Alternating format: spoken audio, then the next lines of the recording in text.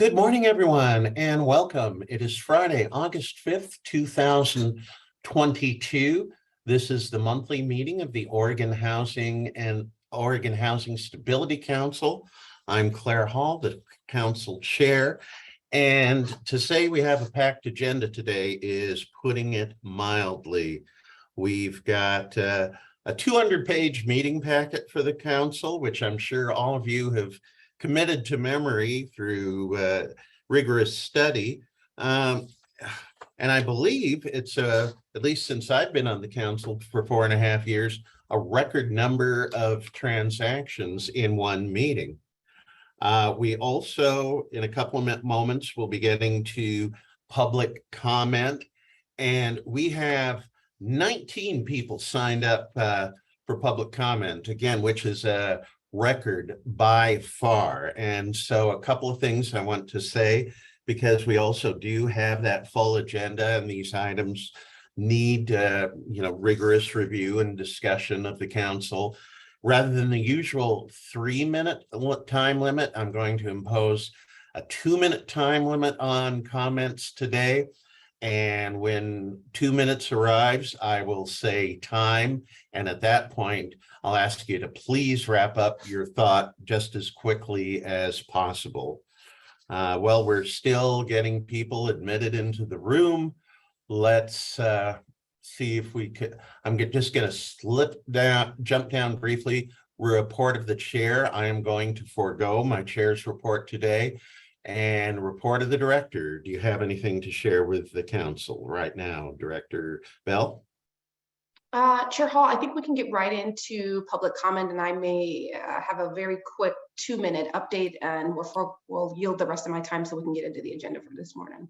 Okay, Shayola, can we do the roll call, and then we'll get into the public comment? Thank you, Chair Hall.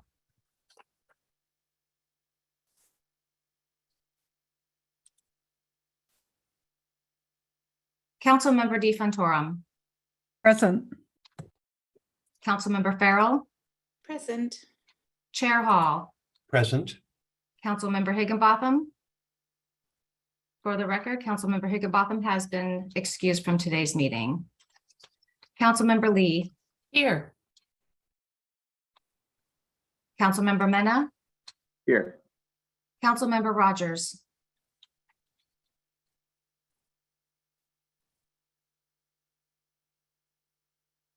Councilmember Rogers. Present. Thank you. Councilmember Sandoval. Present. Thank you, Chair Hall. All right, we'll move now into public comment. And first on the sign up list, Amer Brady, and I'm sorry if I mispronounced your name. Is Amer on the line? One moment, let me check on that. A lot of people to go through here. Yes.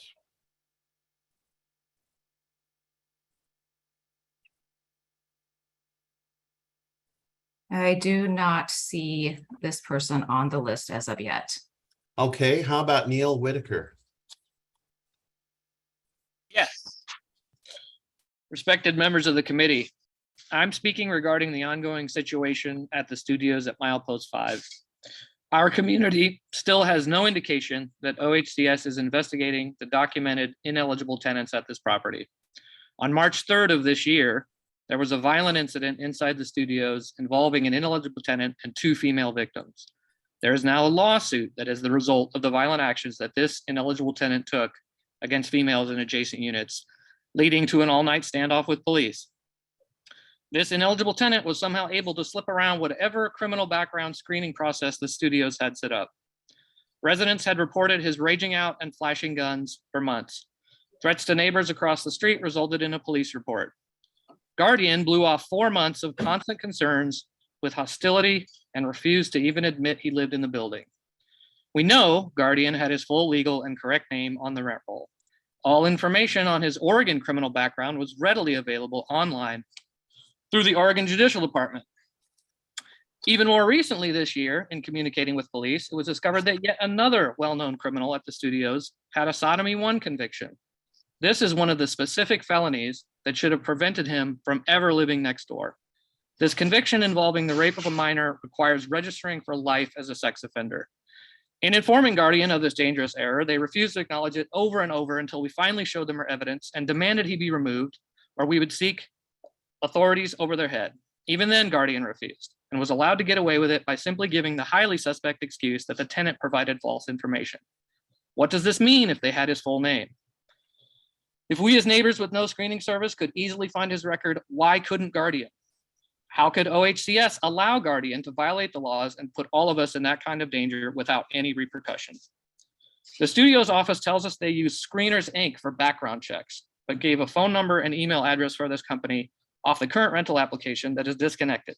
We're at time. Thank you. Bonnie Robbins. Hi, I'm also one of the neighbors of the Milepost 5 studios and have been here since before and after the ownership of CDP. And since CDP's ownership, we have witnessed ongoing unconstrained drug sales and violence, which was a dramatic change from the previous owners, even though both offered low-income housing. So we're very concerned that CDP and now Guardian, although the management companies have changed over the years, there's some negligence going on. And we have experienced that when there's pressure from somebody on the outside, things change somewhat, but then they change back to previous conditions when there's no pressure. And we have had disappointment with OHCF in terms of their providing any kind of pressure or oversight, and especially after problems are brought to their attention. So we're really concerned that even though things are slightly better now, they're going to devolve again when there is latent pressure from outside agencies. And we have tried everything and we don't know what else to do. And we hope that OHCF will provide more ongoing pressure and oversight to the studios. Thank you. Thank you. Tom Vincent.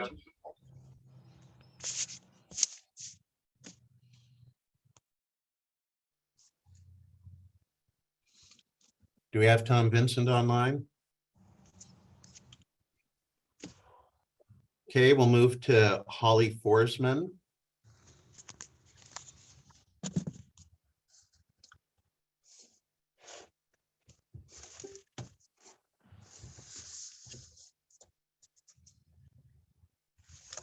Do we have Holly Forsman online?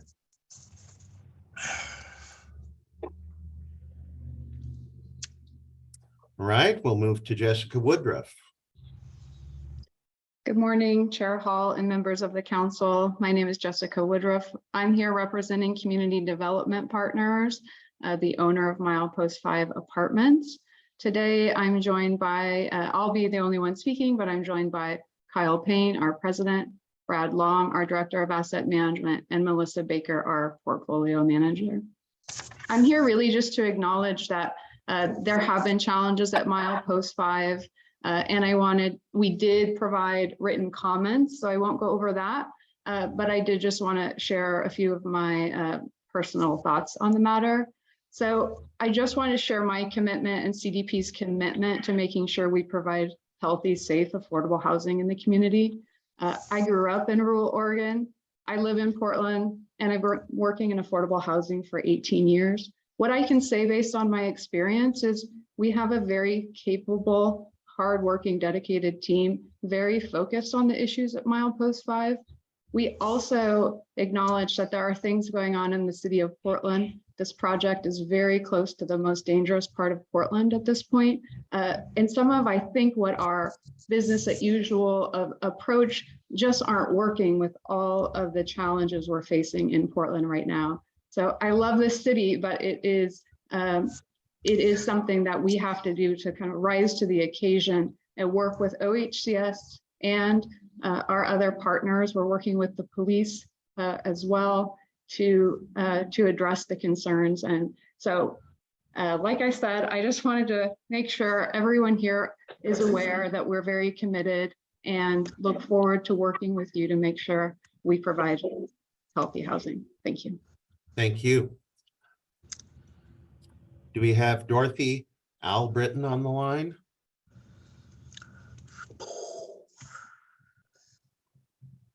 Dorothy Albritton? I do not see it, Dorothy. However, we do have a phone call that has raised their hand. This may be one of Okay, Tom Vincent, I believe, maybe. okay, could the I'm here. person on, okay, you're Tom. Go ahead. Go ahead when you're ready. Thank you. Members of the committee. My name is Tom Vincent. I'm speaking as a private homeowner and not representing any boards I may be on. I'm a neighbor of Milepost 5. Since Community Development Partners bought the building, we have seen constant drug dealing, stolen cars and motorcycles, an active chop shop that ran for 5 months with power cords coming from the building, what appears to be sex trafficking. Our neighbors chased and issued death threats by residents and associates, all that were reported to CDP and nothing happened.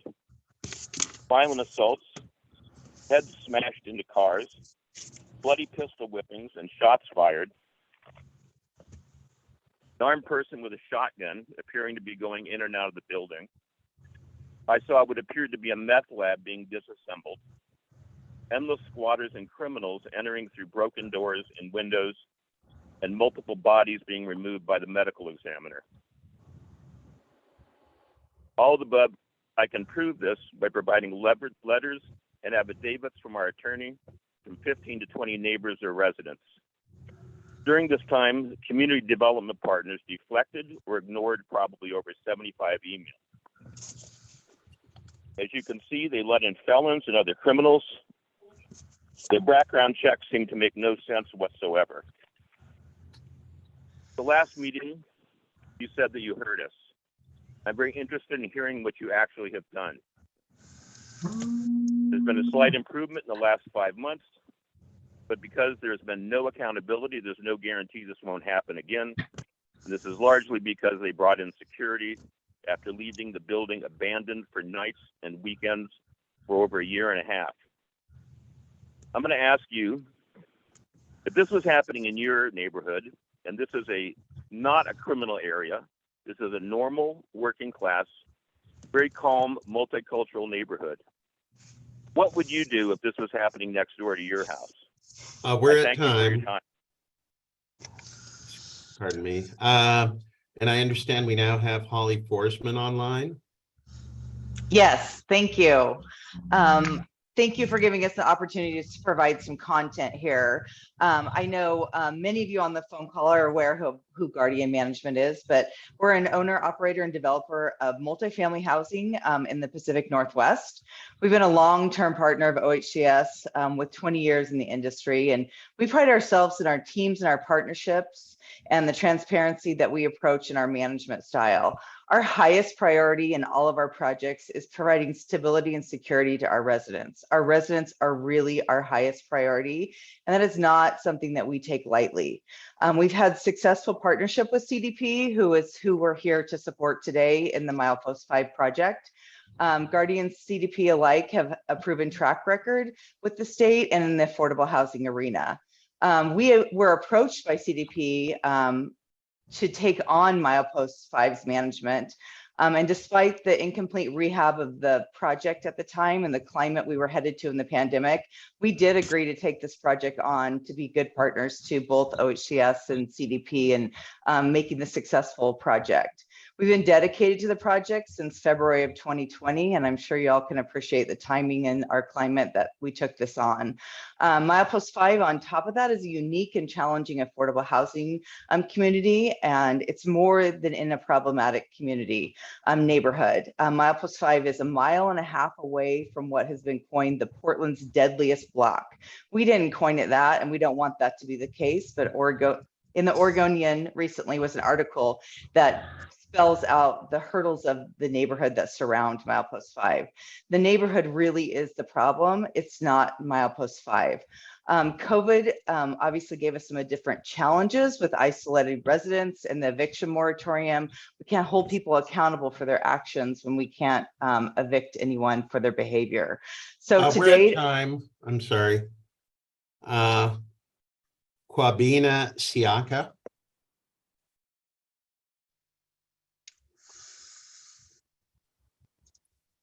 Kwabena Siaka. I don't find them on the list, Chair. Okay, Shannon Vilhauer. Good morning, Chair Hall, Director Bell, and members of the council. My name is Shannon Vilhauer. I'm the Executive Director of Habitat for Humanity of Oregon. I'm here today first and foremost to say thank you. Thank you so much for adding Lift for Home Ownership back into the 2023 to 25 proposed budget. We really appreciate that. We're so excited to see many Lift for Home Ownership developments up for your consideration today. Thank you for that hard work. We know that this program has its challenges. we know that to our core, and yet it is so exciting to see Habitat affiliates who have found out ways to use this program, actually tripling their production of homes to serve community residents over 3 years. That's why we're willing to work so hard to try to see if we can't put all the cogs together. Want to thank OHCS for also developing the market cost fund because homeownership developers have seen those cost increases too. Want to thank Talia and the homeownership team for sincere stakeholder engagement regarding the flexible development funding. And would just like to highlight, we understand that the proposal in the packet today is an initial proposal. We have some concerns about the revolving loan fund when so many of us see the need for a subsidy in excess of $150,000 to truly make affordable home ownership pencil out for households who earn 80% or less of the area median income. Some of my colleagues say it's $200,000 per home as a subsidy that needs to stay with the unit to make that pencil out. Would also just like to highlight, there have been some challenges getting Lift for Homeownership applications in rural communities. Part of the reason I think that is because of the appraisal limitation on maximum award. And one suggestion is to consider supplementing that with some of the flexible development dollars so that it does. Shannon, we're at time. I'm sorry. That's okay. Thank you again. Steph Condor. Hi there. Let me get my notes here. Thank you all. Hi, I'm Steph Condor with Related Northwest. Related Northwest, we presently have multiple projects in development and construction throughout the metro region. Our projects serve a broad range of households. We're in development on, 100% PSH projects, family housing, and senior housing. And these projects have often benefited and often have partnerships with several different culturally specific and responsive service providers. And these partners often benefit in expanding their mission, provide, economic opportunity with ownership and fee income, and create vibrant communities. The Metro Bond has created an unprecedented opportunity to meet housing initiatives seeking to reach populations disproportionately impacted by homelessness. It is funding such as this that relies on pairing with the 4% tax credit and private activity bond.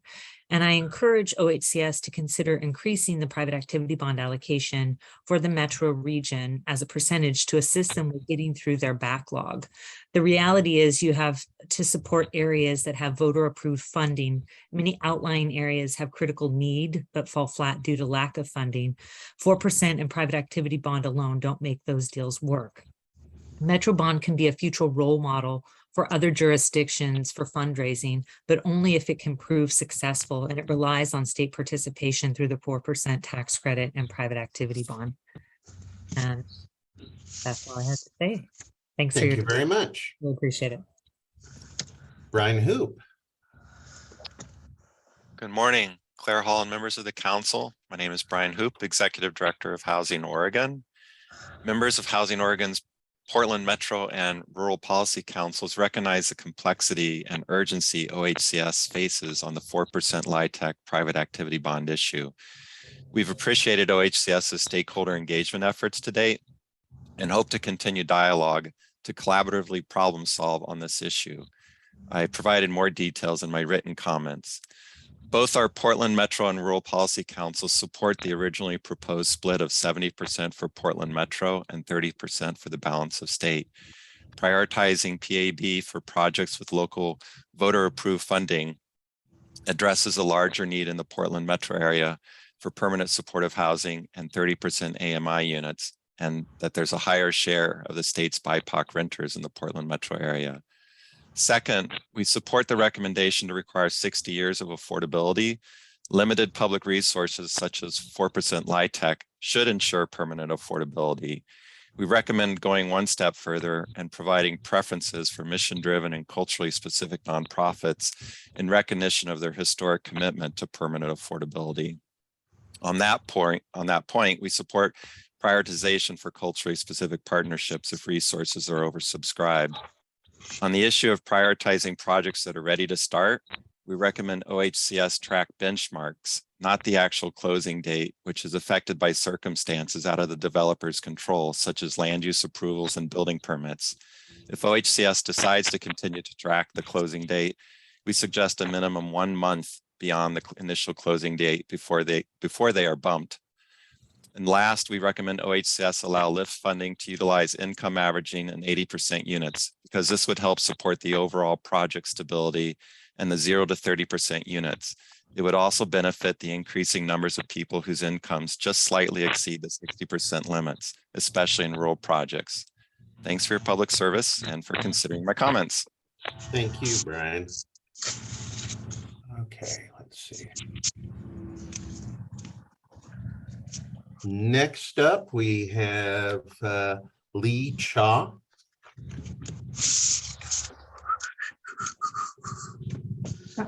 If you're on the phone only and I don't read a name, if you could use the raise hand function, *9 on your phone. Otherwise, I do not see a Lee on the list. Okay, Martin Desmond, you are up, sir. Good morning, Chair Hall, members of the Oregon Housing Stability Council.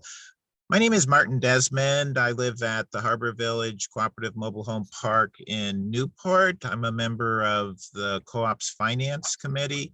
I'm just speaking for myself. What I'd like to do is just sort of briefly talk about our strong financial position. One of the things I like to note is Harbor Village Cooperative is the largest cooperatively owned mobile home park in the Pacific Northwest with over 201 sites.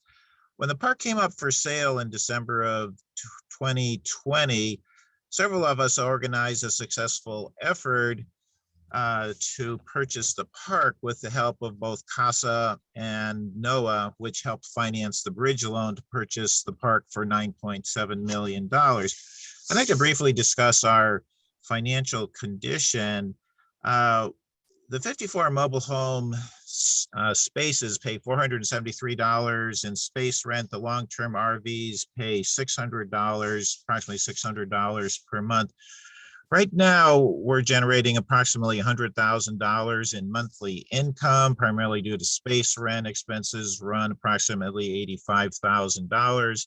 For the first 6 months of this year, we're showing an $80,000 profit. Our largest expense item is the $30,000 monthly interest expense for the $11.5 million bridge loan from CASA and NOAA. And we're hoping to convert that bridge loan to permanent financing in the next 6 months so we can reduce the interest rate from 5% to 2.5% to help keep our space rents affordable in the extremely expensive Oregon coast. And on pages 46 and 47 of your packet, there's a positive staff recommendation for $8.04 million for Harbor Village. And I would like to encourage the Housing Stability Council members to approve the staff recommendation. And thank you for your public service. Thank you, Martin. Brian Walmsley. Do you have Brian Walmsley online? I do not find him on the list, Chair. How about Jonath Colon? Good morning, Chair Hall and council members. My name is Jonath Colon. I'm the Deputy Director of Centro Cultural. Since 1972, we're celebrating our 50th anniversary. This year, Centro has built systems to improve health and economic mobility of underserved communities in Washington County. We provide multi-generational and culturally specific services through multiple program areas. Our work over the years has led us to focus on two key factors about mobilizing essential service to meet the needs of the community and working with regional, state, county, city agencies to advocate for more resources and equitable systems change to support communities of color. We're actively been partnering with affordable housing developers, giving our organization the opportunity to address housing and cultural responsive shortfalls for underrepresented populations. These thoughtful partnerships allowed our organization to build both capacity, expand our footprints, and reach the broader population. Urban areas have an enormous need for rental housing and supportive services, prompting voters' approval measures to address the greater metro region. Bringing equitable housing pair with culturally specific service. Many of these opportunities are at risk and without the private activity bonding fund. So all of this to say is that we have a great interest in asking and putting our sort of 2 cents into the conversation about supporting this type of instrument, as it will be essential to meet the needs of the communities that we're serving and we're advocating for. Thank you for your service and the opportunity to address you today. Thank you for your input. Christine Lewis next, please. Yes, good morning, Chair Hall and members of the Housing Stability Council. Thanks for the opportunity to be here today. My name is Christine Lewis and I serve on Metro Council. And I want to thank you all for your efforts to ensure that every Oregonian has a safe, stable place to call home. At the July meeting, staff asked for feedback on the 4% LIHTC as well as the private activity bond allocations. And the allocations showed at the time the split of 70-30. Although we now see the materials for this meeting show that the split is 65% Metro and 35% for the remainder of the state. Even at the 70-30 split, it will require enormous effort, timing, and creativity for Metro and our partners to be able to deliver on the projects in our pipeline. And thus, I'm here today to urge the Housing Stability Council to reconsider this breakdown and revert back to the 70-30 split originally proposed. As you know, in 2018, Metro partnered with our local cities and counties to engage the community and ask voters to step up for creation of affordable housing in the region. And we now generate $652 million with the hope to create homes and stability for approximately 12,000 people.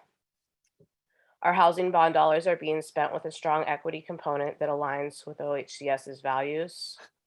Our affordable housing investments seek to serve groups that are not well served by the private housing market. This includes Black, Indigenous, and other people of color, families with children and multiple generations living together, people with disabilities, seniors, veterans, and people experiencing houselessness or at risk of houselessness and displacement. Our funds are prioritizing building affordable homes near transportation, jobs, schools, and parks. Metro and local partners have done the work. We have an immediate pipeline of projects that have lined up financing and are ready to put shovels in the ground next year. Let's be clear, the 70-30 split will still likely not meet the needs of all the current pipeline. We estimate more than $90 million shortfall of PAB in 2020. We're at time, I'm sorry. Okay, thank you so much. Thanks for your input. Rick Rogers. Good morning, Chair Hall, Director Bell, and members of the council. My name is Rick Rogers. I'm the Executive Director of the Habitat for Humanity affiliate in Newburgh. I wanted to just echo some of Shannon Vilhauer's comments earlier and maybe give a little local focus to it. First off, I cannot thank you enough for the OHCS and the council for the Lift Home Ownership Program. It is vitally important for small communities such as ours in two ways. Let me briefly about Newburgh Habitat. 75% of our homeowners are people of color, which is fantastic in a community such as ours. I'd like to highlight a quick story. Antonio Pena grew up in a Habitat for Humanity home here in Newburgh, one of 4 children and 2 parents that grew up in this home. He attended Newburgh schools, graduated from Newburgh High School, and was awarded a scholarship to Linfield College. That's the story. We've heard that story before in Newburgh. The next part is what I particularly enjoy. He graduated with a degree in education and got his teaching certificate. And lo and behold, his first job out of college was with Mountain View Middle School in Newburgh, Oregon. one of the very few teachers of color that students in our community can look up to. In addition to Newburgh Habitat, I also happen to be the mayor of the city of Newburgh. With this, I can tell you that Lift homeownership is important, not just for the individual families served, but it is vitally important for our communities. Every year, over 500 individual volunteers come through our build site. And by that, I believe that they become advocates for the work of OHCS, for the work of the council, for the work of Habitat, into trying to build decent, safe, affordable housing. I cannot thank you enough for all of your work and your service. Thank you very much. Andrew Colas. Good morning. Can everybody hear me? Yes, we can hear you just fine. Go ahead, please. Thank you, Chair Hall, Director Bell, and council members for the opportunity to speak to you all today. And I appreciate your ongoing service. Your meeting packet is really impressive. That's a lot of reading. So again, thank you very much. My testimony today, a little bit about myself. I'm the president and CEO of Colas Construction. We are a second generation family owned business specializing in affordable housing. We've been in business now 25 years, and during that time, we've grown to be one of the largest Black-owned general contractors in the United States. I'm proud of that, and at the same time, we have to understand that's really sad. We're right next to California, which is one of the 6th largest economies in the world, and there are a lot more Black and brown people in that state. So as we all know, there's a lot of work to do. I want to specifically talk in regards to the very difficult position we all find ourselves in as it pertains to the private activity bonds. I want to go on record and say this is none of your faults. This isn't our state's faults. This is absolutely the previous administration's mishandling of one of the most sacred pillars in the United States, and that is providing housing. I want to be clear that I believe that our rural counties deserve housing. I don't want to be the person from Portland saying that we need to focus on metro and not rural. Rural is important. I want to give you one critical thing to think about as you think about this, and why I think that you may want to go with the 70-30 split as it pertains to the metro. As a company like mine grew, it's only been in the last 10 years. We were really not given opportunities because of the huge companies that are really predominantly running this industry. I want to see that investment in the rural areas in capacity building. These projects need to be built by the people that live in these communities so that you can create economic development for those communities. Right now, due to the unprecedented amount of money that's been afforded to this area due to the Metro Bond, you see a lot of large developers that have come into this state. And excuse me, we're at time. I'm sorry. Thank you very much for your service. Appreciate it. Okay, Travis Phillips. Good morning, council members, and thank you again for your service and for this long meeting packet you have today ahead of you. I'm Travis Phillips, Director of Community Development and Housing for Catholic Charities of Oregon. Thanks for your continued efforts to meet the needs of the residents of our state who need them most. As the co-chair of Housing Oregon's Portland Metro Policy Council, I want to voice my support for the testimony provided this morning by Brian Hoop, Steph Condor, and Metro Councilor Lewis about the 4% LIHTC and private activity bonds. But the following testimony is on behalf of my role at Catholic Charities, who provides housing and supportive services across the state of Oregon. You may recall that I provided testimony at the February 2021 meeting and then again in August 2021 regarding concerns about scoring in OHCS's competitive funding opportunities. At the time, I expressed concern about criteria that were vague or undefined and urged council members to insist that staff provide greater transparency and additional information regarding scoring and how decisions are made. Unfortunately, I must again reiterate this same story, both in my oral testimony and in written testimony provided last year and literally copied and pasted again this year. Although we will once again discuss in today's meeting the funding recommendations made by OHCS, you have once again not been provided the actual scoring information that should back up these recommendations. It's critical that you are aware in review and feedback calls provided by OHCS after the 2021 NOFAs, errors and inaccuracies were discovered and acknowledged. The feedback meetings in 2021 made real those concerns, and feedback meetings for 2022's NOFA have not yet happened. Nor have you received that information despite being asked to improve the recommendations for that funding. I appreciate your ongoing discussion regarding improved feedback to applicants, improved clarity for scoring, That clear and comprehensive feedback helps ensure each project and everyone after it can move forward as quickly and efficiently as possible and reach the folks who need it. I We're at appreciate all time. of your efforts and look Excuse me, forward we're to at continued time. improvement. Thank you. Thanks. Okay, that gets us through the list of folks who were signed up for public comment. I also want to acknowledge that the council received several written comments as well, and they've been forwarded to all council members for their review. Director Bell, anything you would like to say at this time? Yeah, well, certainly I appreciate that. I appreciate all of the public comment here today, and appreciation for the flexibility of the reduction in time to 2 minutes. So thank you for everybody for being flexible this morning. And appreciation for council. It was noted around the 200-page packet, and it is indeed a 200-page packet. So we appreciate all of the day and night reading that has probably gone into that. So Chair Hall, I will try to, for continuity purposes, keep my comments to the 2-minute range and yield the rest of my time to a written update for just other business items. I want to briefly give an update on Milepost 5. So first off, I just appreciate both the care and concern from the partners that we heard today, but also the neighbors. I recognize that there is collective care and concern for community, and as part of that, what I hear, care and concern, also a pursuit of welcoming and supporting affordable housing in our neighborhoods. And so I just want to acknowledge and appreciate what I believe I'm hearing from some of those comments, which is wanting to support the integration of those affordable housing projects in the neighborhoods.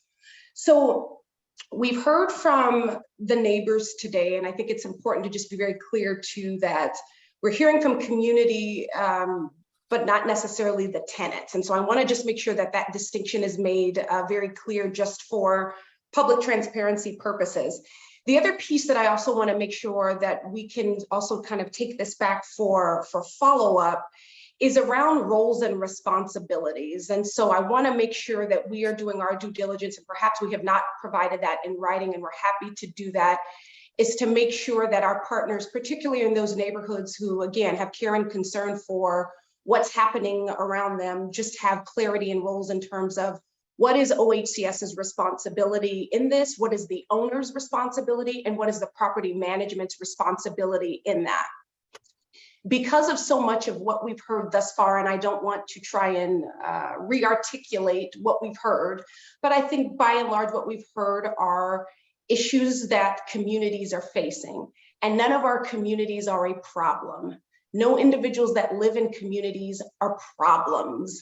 We are not, as a system, we have problems to fix, but our communities are not burdensome. They are not problems. Those are the beloved communities that we serve, and we collectively have some social issues that require some openness and flexibility and conversation to move things forward. And I know it is not going to be easy. I know that there is frustration in that. And so I want to just make sure that there's truth and transparency around those roles and responsibilities. I believe since the last month, there have been some conversations with local police. I believe some of the neighbors maybe have been present, and if I'm wrong on that, for forgiveness on that, around those conversations. We know there is no one thing, there is no one process that is going to be the solvent. And so we just want to make sure that for the neighbors, for the tenants as well, who are residing in those communities and deserve a safe and affordable place to call home, in which that community feels inclusive to them as well, that we will continue to be engaged in those conversations. I heard today that there were some positive steps forward. I also heard today there's still some continued work that needs to happen, of which there is shared responsibility in that. And that shared responsibility comes from not only our role from a values perspective, our role from a financing perspective, but this is around the service and commitment that we all have to our communities, by whom we have the pleasure of serving and are not burdens or problems to us. And so I want to just consider uplifting the tenants in those buildings and the tenants that live around there, as we also talk about the community context and challenges that we heard very clear are still being experienced in that. So we will be happy to take it back and just follow up and make sure that there is clarity in roles and responsibilities in that. And as part of our commitment, my commitment that I made at the previous month, we hear people very loud and clearly. We hear you, and we also know that there's going to be some continued work in that. And we will continue to make space during the director's update to keep these conversations up and present and live as well.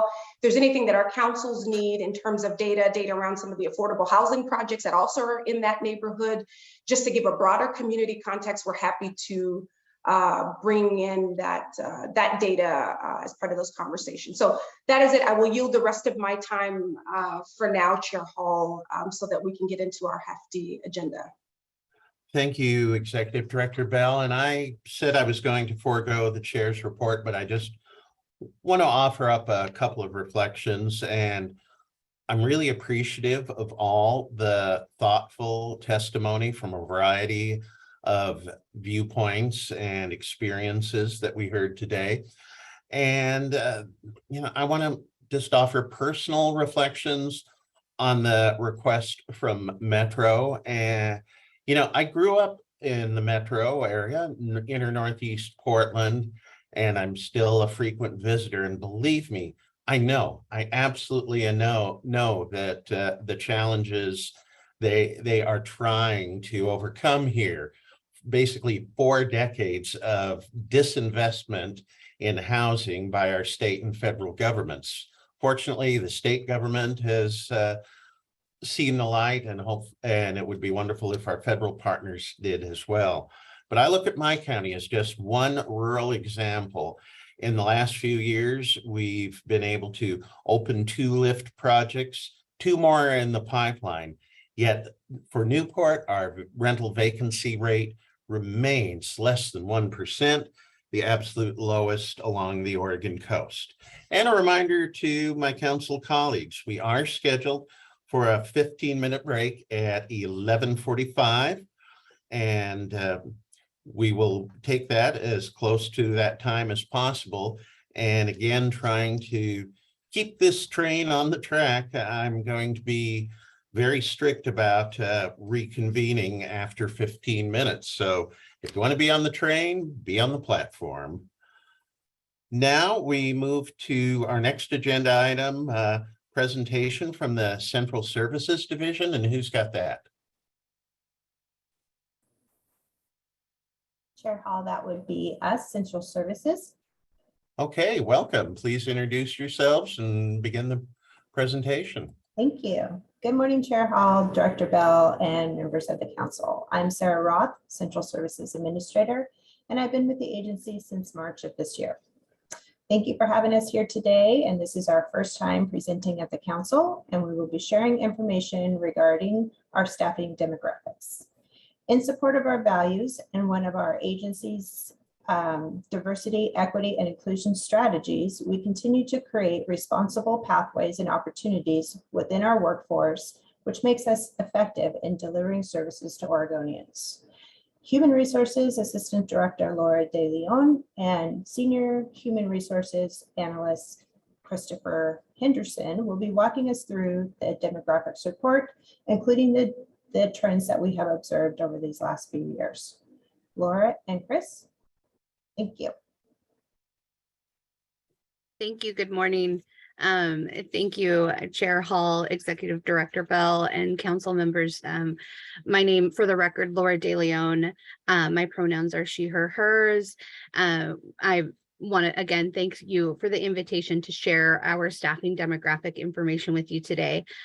Please let me start by sharing just our commitment to advancing racial justice and how we share some of our agency. I want to share some of our agency values that our HR shop has focused on when we are recruiting and looking to bring staff in, to bring folks to join our OHCS agency, to our team.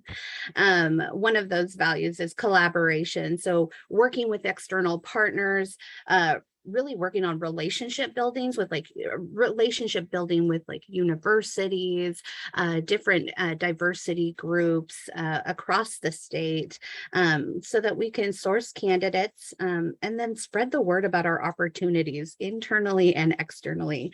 Internally, our collaboration specifically with our EDI office and partnering with them about best practices for recruitment strategies and diversity recruitment strategies for our agency. The other value is equity by providing our D&E and I commitment language in every one of our announcements, providing tools and resources to our hiring teams to educate them about maybe checking biases in an interview panel. And so just working through those things through our recruitment process, providing those tools and resources to them.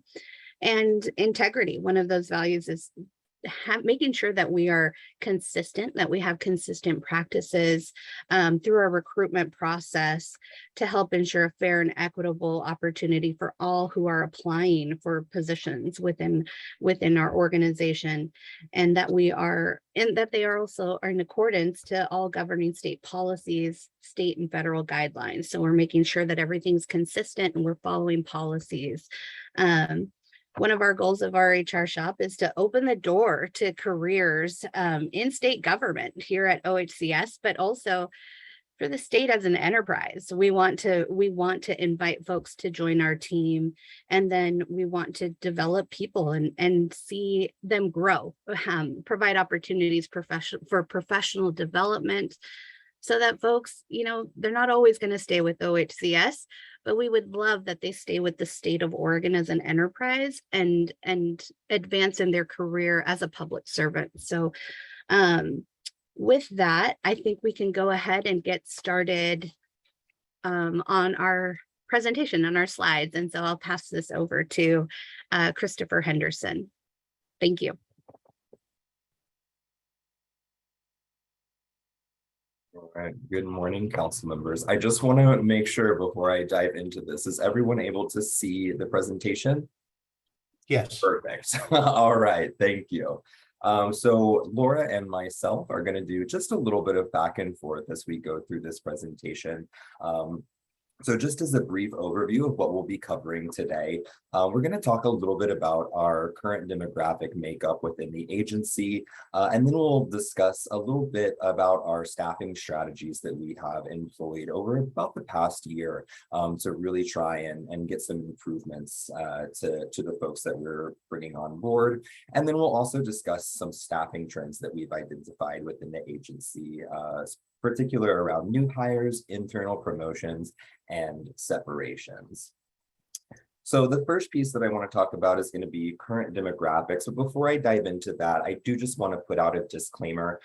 Because the data that we are discussing today is very sensitive and confidential, it is presented in a way that removes any sort of identifiable information to make sure that it's quality data for a public presentation. So I'll be able to discuss any data points that exist at a high level, but if there are any questions that really dive down a little bit further, I probably won't have an answer for that today. So just want to throw that out there. But in looking at our current demographics, one of the comparators that we always like to use is how we stack up to Oregon's general census data to make sure that we have a fair representation of staff that really represents the folks who are living in Oregon. So our representation currently exceeds the 2020 census data for all non-white federal race and ethnicity categories, with the exception of Hispanic or Latino.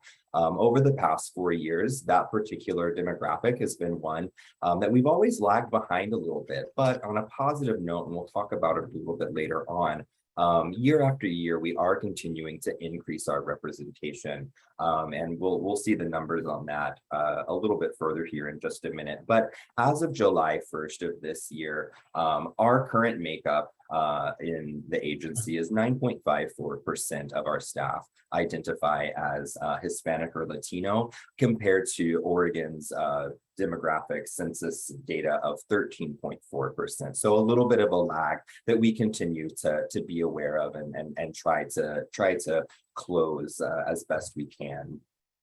These demographics are also relatively consistent across different job classification categories. And those categories include administrative support, officials and administrators, which would be our executive team, our managers, and then the professionals job category, which comprises the majority of staff within Oregon Housing and Community Services. So just moving into a visual representation, you can see this workforce percentage by race, ethnicity over time. This is a monthly point in time going back 1 year. So starting on July 1st of 2021, moving into July 1st of 2022, you can sort of see the changes that have happened over time. We have a few places where we have a little dip, then we come right back up. And we have some places where we have that continued growth, other spots where we've had a relatively stable line or even some slight shrinkage. But this data, like I say, is really just representative of that high level picture over the past year. And so I'm going to hand it back over to Laura now to dive a little bit more into our unique staffing strategies. Oh, sorry, and here's job classifications if you're interested to see that. It looks the same, so it's not too exciting. But you can see that we have a pretty consistent makeup there as well. Great, thank you. So some of our staffing strategies are really just to help spread the word, cast the net far and wide to try to invite folks to apply with our organization. So our job announcements are shared weekly with all of our staff, and we encourage our staff to share with their professional networks because everybody nowadays has social media. So share the announcements any way that you see fit. Our announcements are posted on larger sites with high traffic like LinkedIn.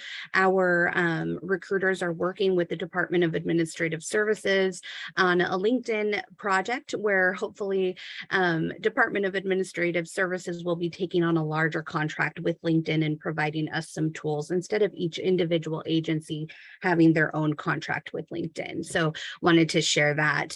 Our recruiters maintain strategic partnerships with various EDI-centric organizations.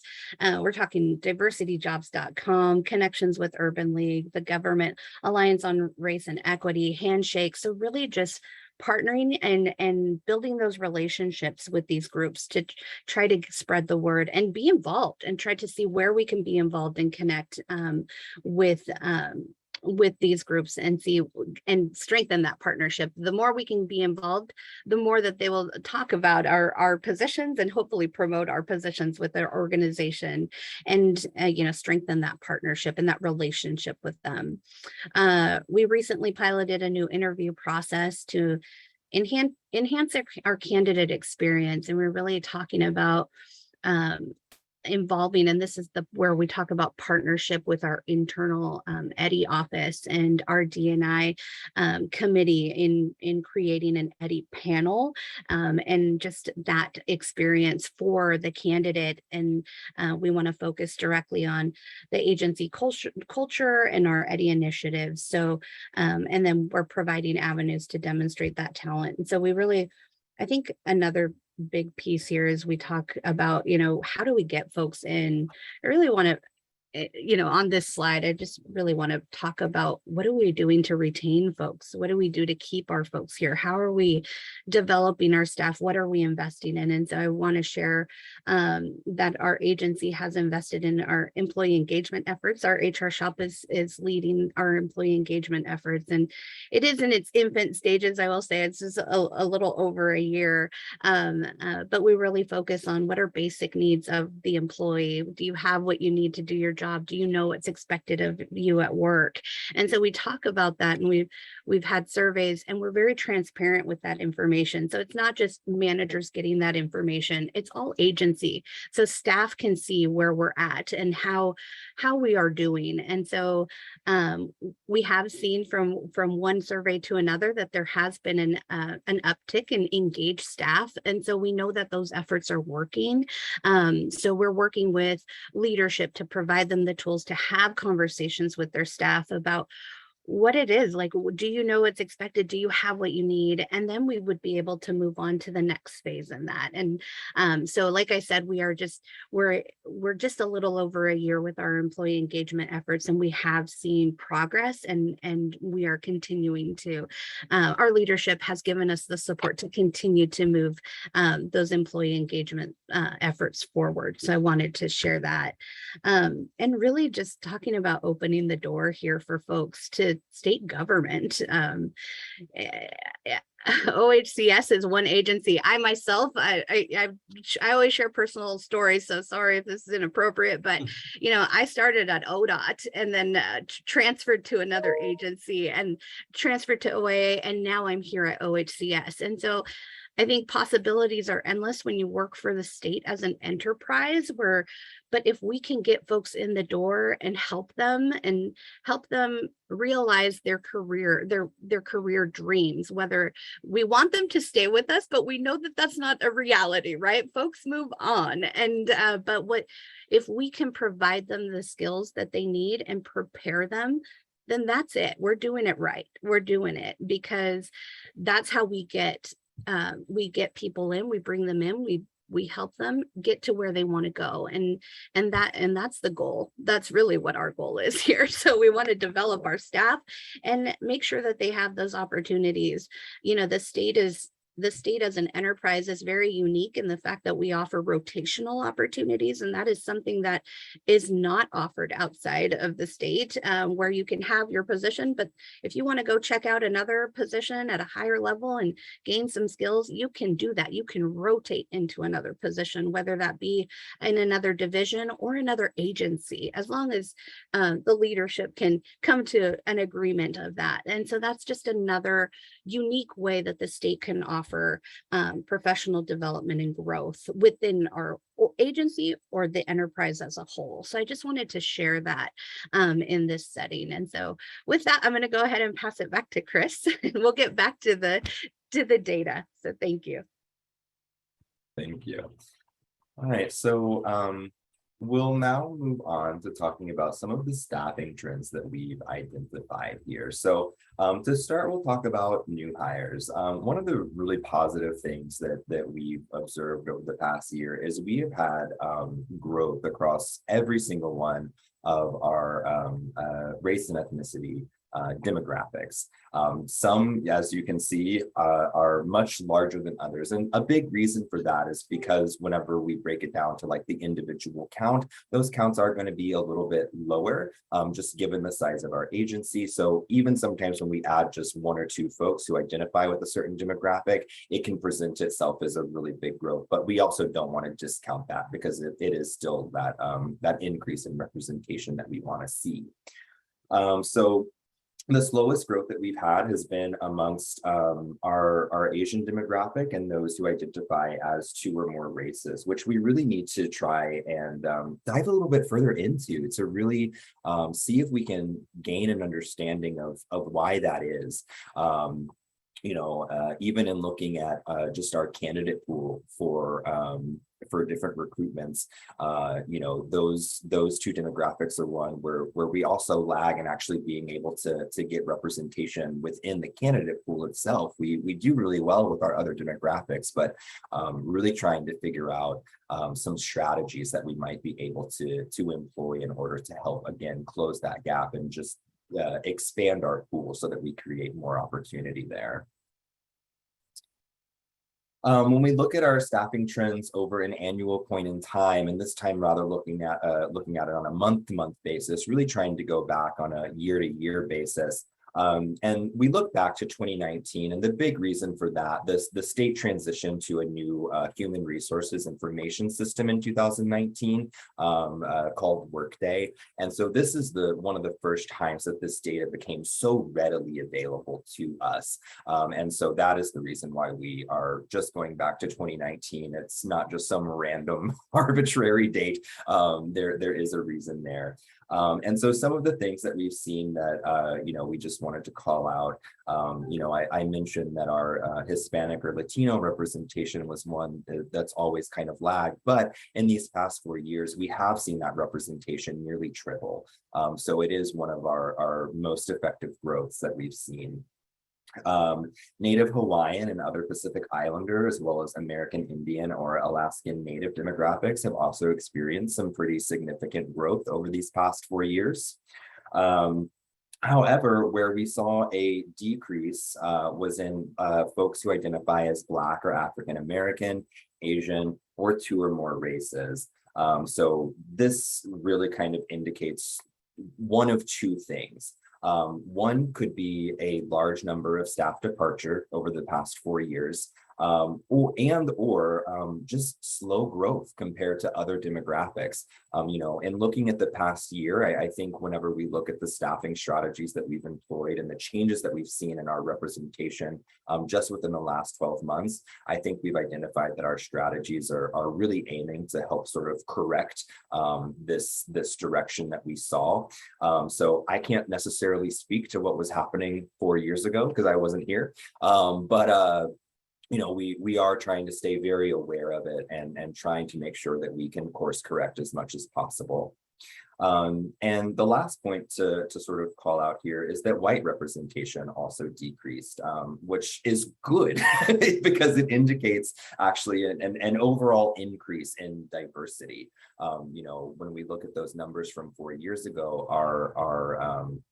our staff makeup was primarily white and still is, but it even exceeded the census data at the time. So as we can sort of continue to really experience growth, like I mentioned in our non-white demographics, it's really pushing towards that increase in diversity, which is great for gathering, diversity of thought, lived cultural experiences that staff are going to be able to bring to the agency and really apply to the work that we're doing. And then this is just that workforce percentage by that point in time. So you can see sort of the changes that have happened on that year-to-year basis, where you can see some of the shrinkage in a couple of those demographics, the growth in others, just to give that visual reference there. And then next, I just want to talk about staffing trends for internal promotions. Internal promotions tend to more or less follow the same lines as our new hires. We've counted about 33 internal promotions, at least between July of 2021 and July of 2022. When it comes to the mother. Sorry?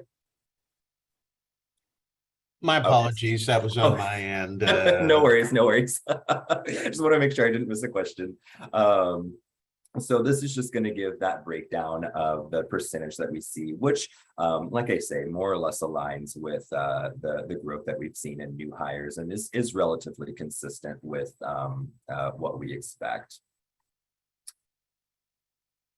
And then lastly, the very last piece that we have for you today is really talking about separations. So again, within the past 12 months, we have had 27 voluntary separations, and those are separations of folks who are either leaving state service altogether or who are, maybe going to another agency for some sort of advancement opportunity. But of those, you can see the breakdown, with of the demographics there. Of these separations, 35% of these folks retired. Are the folks across the entire state enterprise. We have a very, very, very large percentage of folks who are eligible to retire now and within the next 5 years. So we will likely continue to see a pretty large percentage of separations be due to retirement. We've had 35% retire for advancement or private sector opportunities, and then 30% of folks who just indicated that they had to leave for personal reasons, which can include a lot of things. But in reviewing the exit interviews that were recorded by these folks, one thing that we just wanted to point out is there actually were no indicators of workplace or management dissatisfaction, which we consider a good thing. to show that, they, hopefully were at least enjoying their time, and just something that truly was out of their control is what led to that separation. But that is all of the data points that I have for you today. So I think at this point we can just sort of open it up for questions, and I will pass it back over to Laura. Thank you. Thank you, Chris. So yes, we are open for questions. I know we have 30 minutes and I think that we still have time. So yes, I see a hand raised. So Councilmember Sandoval. Yeah, thank you for the wonderful presentation. So I just had a recommendation in terms of recruiting people. I think a targeted recruitment strategy of going after master's level students in Oregon in subjects such as housing, public policy, urban planning, other professional programs that relate to what we do would be really might be really fruitful. So I know there's at least that I could think of 3 or 4 master's programs in urban, maybe 3 in urban planning in the state, but that's what I would recommend. Thank you. Thank you so much. We'll definitely, I've written that down of something to identify work with my recruitment team and see if I know that we have had some relationship building, and of course with the pandemic, everything was closed down for a while. But things are opening back up with virtual career fairs and things like that with different universities and community colleges in our area. So this is something that I will definitely chat with our recruitment team so that we can focus on those folks with masters in urban planning and public policy and such. So thank you so much for that recommendation. And Councilmember Lee. Yeah. Thanks, Chair Hall. Hello, very nice to meet you, Director De Leon. And I just want to message a couple of things right now. This is a real moment in the development of the council and the department. Since I've been here, we have never seen this kind of demographic data for our own staff people and our own organization. And we've all desired it, but we've never been able until now to get to this point. So I just want to acknowledge that this is a real developmental step forward for all of us. And I want to appreciate all of the work that went into gathering this data and presenting it to us. And I hope this is going to be part of our annual, when we review the statewide housing plan, when we review some of our other goals, that there's this is a part of the information that we're going to take a look at on an annual basis. I also just want to reinforce the focus on engagement and retention. It is certainly one thing to get people into the pool. It's another thing to get people into the positions. And that's another thing that speaks to the health of the organization when people stay, particularly people who have been historically disadvantaged. So I think that's a real feather in the cap. I wonder about other demographic information, for instance, gender and gender identity, sexual orientation, disability. Many manifestations of diversity are in addition to race and ethnicity. And I'm happy to start here. We always lead with race in my organization, and we have an intersectional analysis, right? We know that we aren't just one thing in any of our identities and personalities. And I wonder, the state has the Real D data commitment.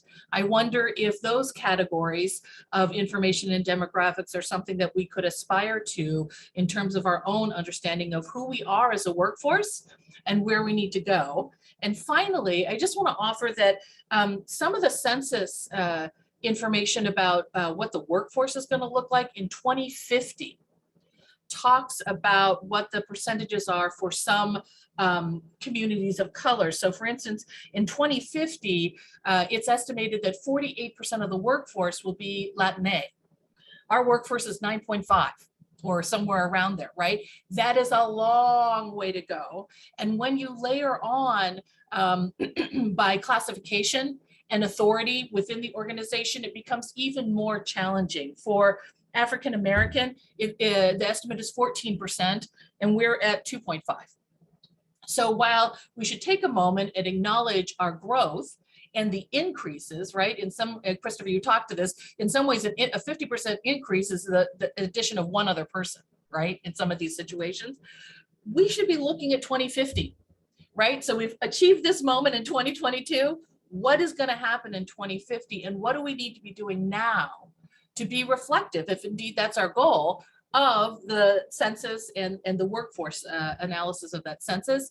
That won't happen accidentally, and it certainly won't happen in some of our other positions of authority and status. So I think we've made a good start here. I want to thank you for it. I've been asking for this data for years, and I'm just so thrilled and delighted to be able to have it. And as we continue to work together, now that we have the data, I am sure we'll continue to make the gains that we've seen to date. Thank you. You know, Chair Hall, I would just add a couple of things. Thank you for both of those sort of forward-looking considerations in terms of just keeping the agency sort of continuing to move forward and continuing to have a pursuit. And I think Councilmember Sandoval, your specific strategy, which is helpful to know. A couple things I want to just elevate, just in terms of just being really blunt around sort of pulling the curtain back in terms of some of the conversations and work we're doing as an agency. As somebody who is sitting here today as the executive director, but I did not come in as the executive director of this agency, and of course being a person of color, I think one of the things that I am deeply interested in and that we've talked a lot about, even Laura and I were just talking about this recently, is now that when people are here, the then what? So what does that mean to truly have, like, beyond values, beyond just posturing, is that what does it mean to have an inclusive workspace in that where people can bring all of themselves to that space? What does that actually look like? What does it mean as we think about the structure of our organization to have a pipeline of leaders within OHCS, knowing that we're going to have some major affordable housing issues, homelessness issues, issues around home ownership, and so many other things in the space, of which representation matters, not only theoretically, but it structurally actually matters. And so what does it mean to have that level of pipeline leadership within this agency? And I think what I want the council to know is, as we've continued to go on, and we're still early on in this journey around working with the Center of Equity Inclusion to sort of really raise our consciousness to that, it is also challenged even, I think, the idea of what power sharing looks like within a state government agency. What does it mean to turn decision-making upside down? That is different. That is different, and it is new, and we are figuring it out and having those conversations. And so I just want the council just to, you know, for probably oversharing purposes, just to know beyond some of these strategies that we know our HR team is aggressively and appropriately working on, also knowing that once people hear, there is other work that has to begin and be engaged in. But Chair Hall, I see other council member hands up, so I'll yield back. Excuse me, I wasn't unmuted. Councilmember Sandoval to be followed by Councilmember Farrell. Well, I was just going to say, just real quick, that yeah, having people of color at high level administrative positions is really key. And so, yeah, having Director Bell be the director, it's almost like game changing. And so, and I think that's happening in other state agencies as well. So, and the Land Conservation and Development Commission, we just hired a woman of color to lead that agency. And so, and I think that also takes a lot of commitment, like political commitment from, you know, the governor and from, you know, other high-end politicians. So there's that level of change that I think is really important that is currently happening. I would just really hope that if there's this learning that is happening on this journey, that could get shared out. I think there's a lot of smaller organizations that are either part of the more broader community work around the goals and initiatives that Oregon Housing supports or offers programs. For example, like our organization as a subrecipient of some of the funding we don't have the same staff capacity and the same resources available to us as the state agency does to kind of do that work. And I just would love to see that if state agencies are able to embrace this work over time, that there's some learning that can be shared out.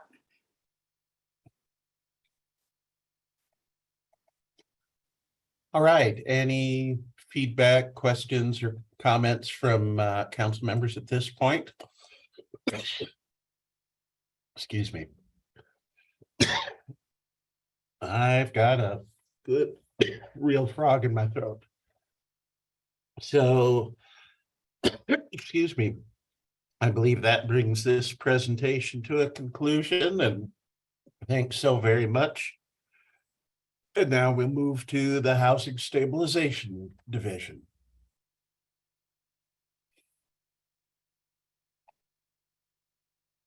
And Jill Smith, is your team ready?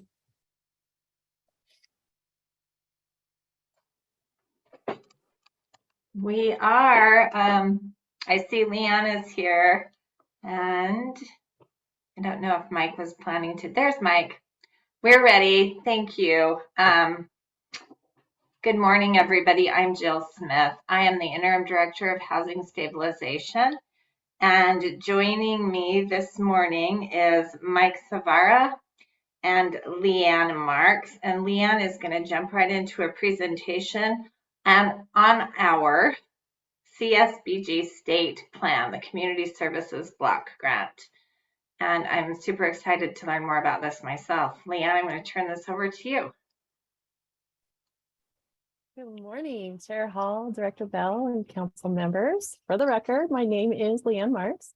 I'm the CSBG Program Coordinator here at OHCS. My pronouns are she, her. And I'm here to present to you the 2023-24 CSBG State Plan application for the CSBG program.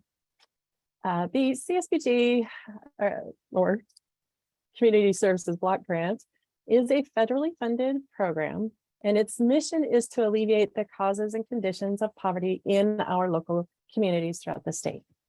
OHCS is the state lead agency designated to administer and distribute the 90% of the funds as a pass-through to the eligible entities here in Oregon.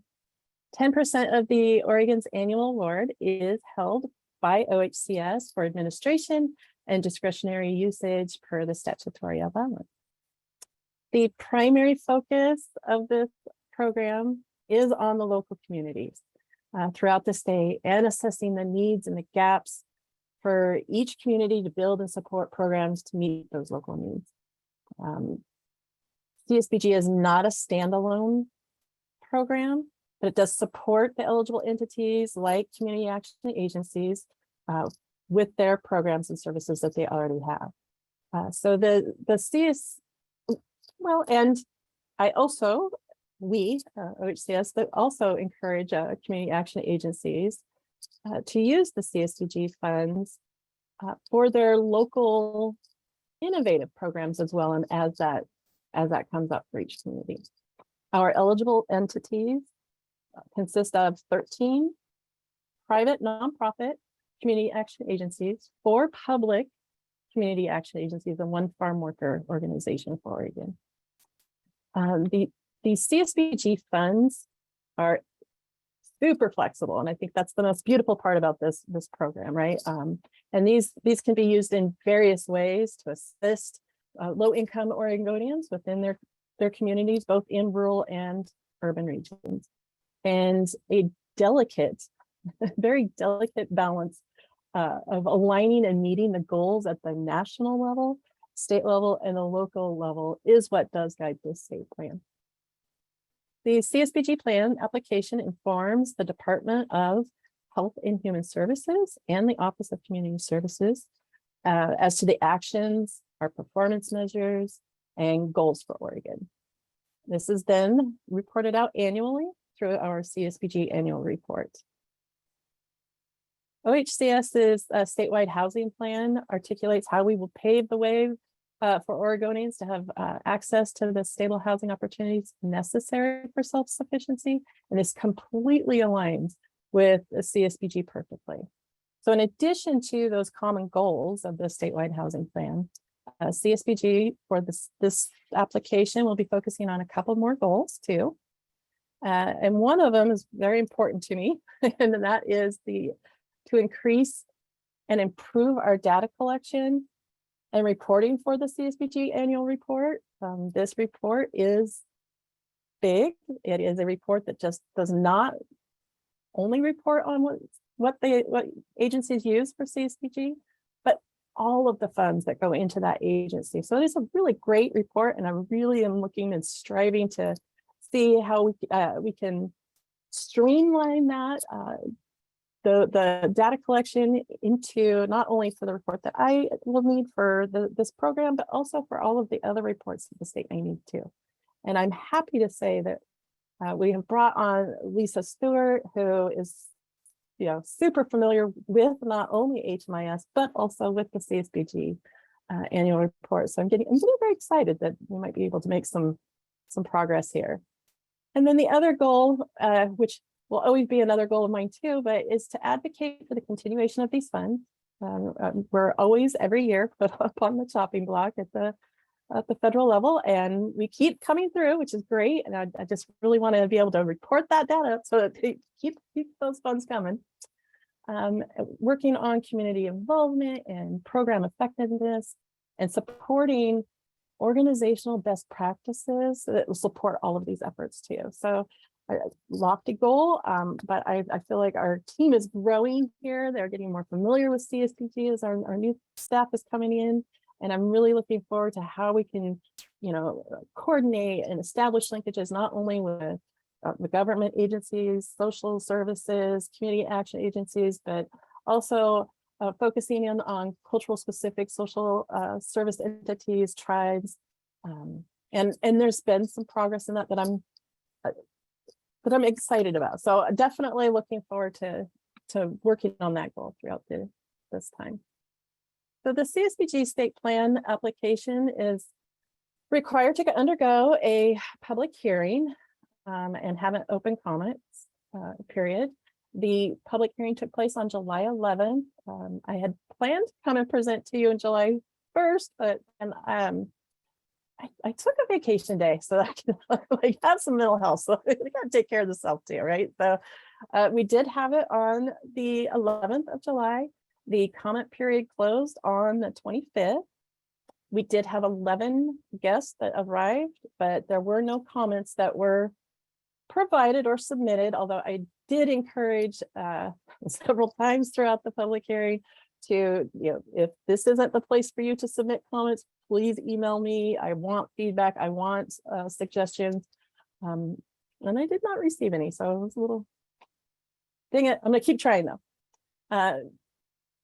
The highlights for the state plan that I really wanted to kind of bring forward that I'm actually worked really hard with was, and the big one is we updated the CSBG funding formula. And that was something that hadn't been looked at for several years. So when I got here and learning my job, right, and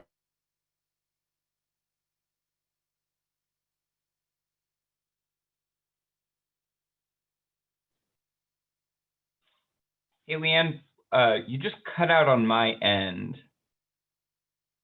Okay, others are.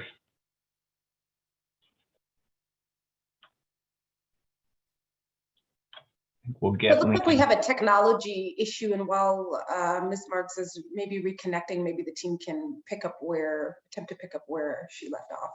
Yeah, one of the things that I know Leanna and I were talking about before around the adjustments to the state formula was really around the engagement efforts that Leanne launched into. Oh, looks like she is back. Leanne, would you like to pick up where we were at with the engagement efforts around the formula? My apologies. Oh, worry.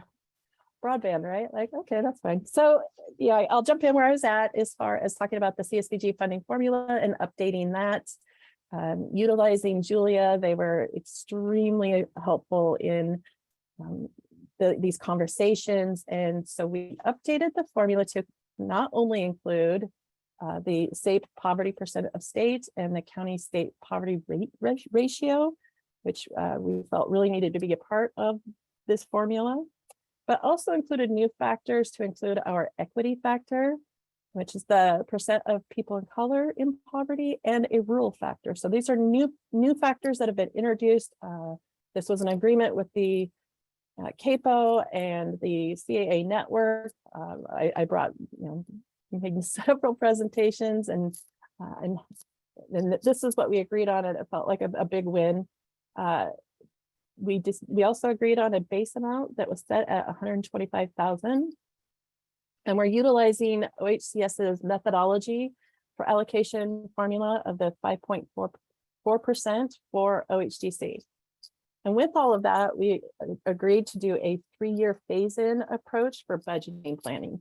CSBG has $5.9 million. It's not a lot of funds, so they really do need to be able to budget that, and our larger agencies will be taking a hit that and distributing some of the other funds to some of the rural. So it balanced out. Everybody was in agreement. It was definitely a worthwhile conversation, and will be looked at annually too. So I'm looking forward to keeping the CSBG work group going, keeping those conversations going.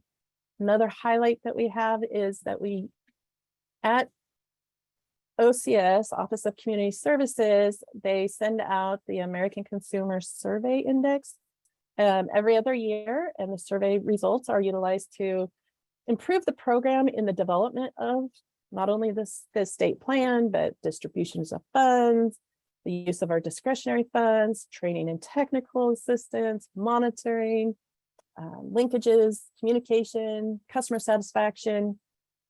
And since I have been here, the number doesn't really mean a whole lot to maybe you, but it does to me. In 2019, we scored a 52, and in 2021, which was the last survey, it got increased to 70. So I think it really speaks to using those results, coming up with a plan, and working on some of the feedback received from the network. So that felt good too.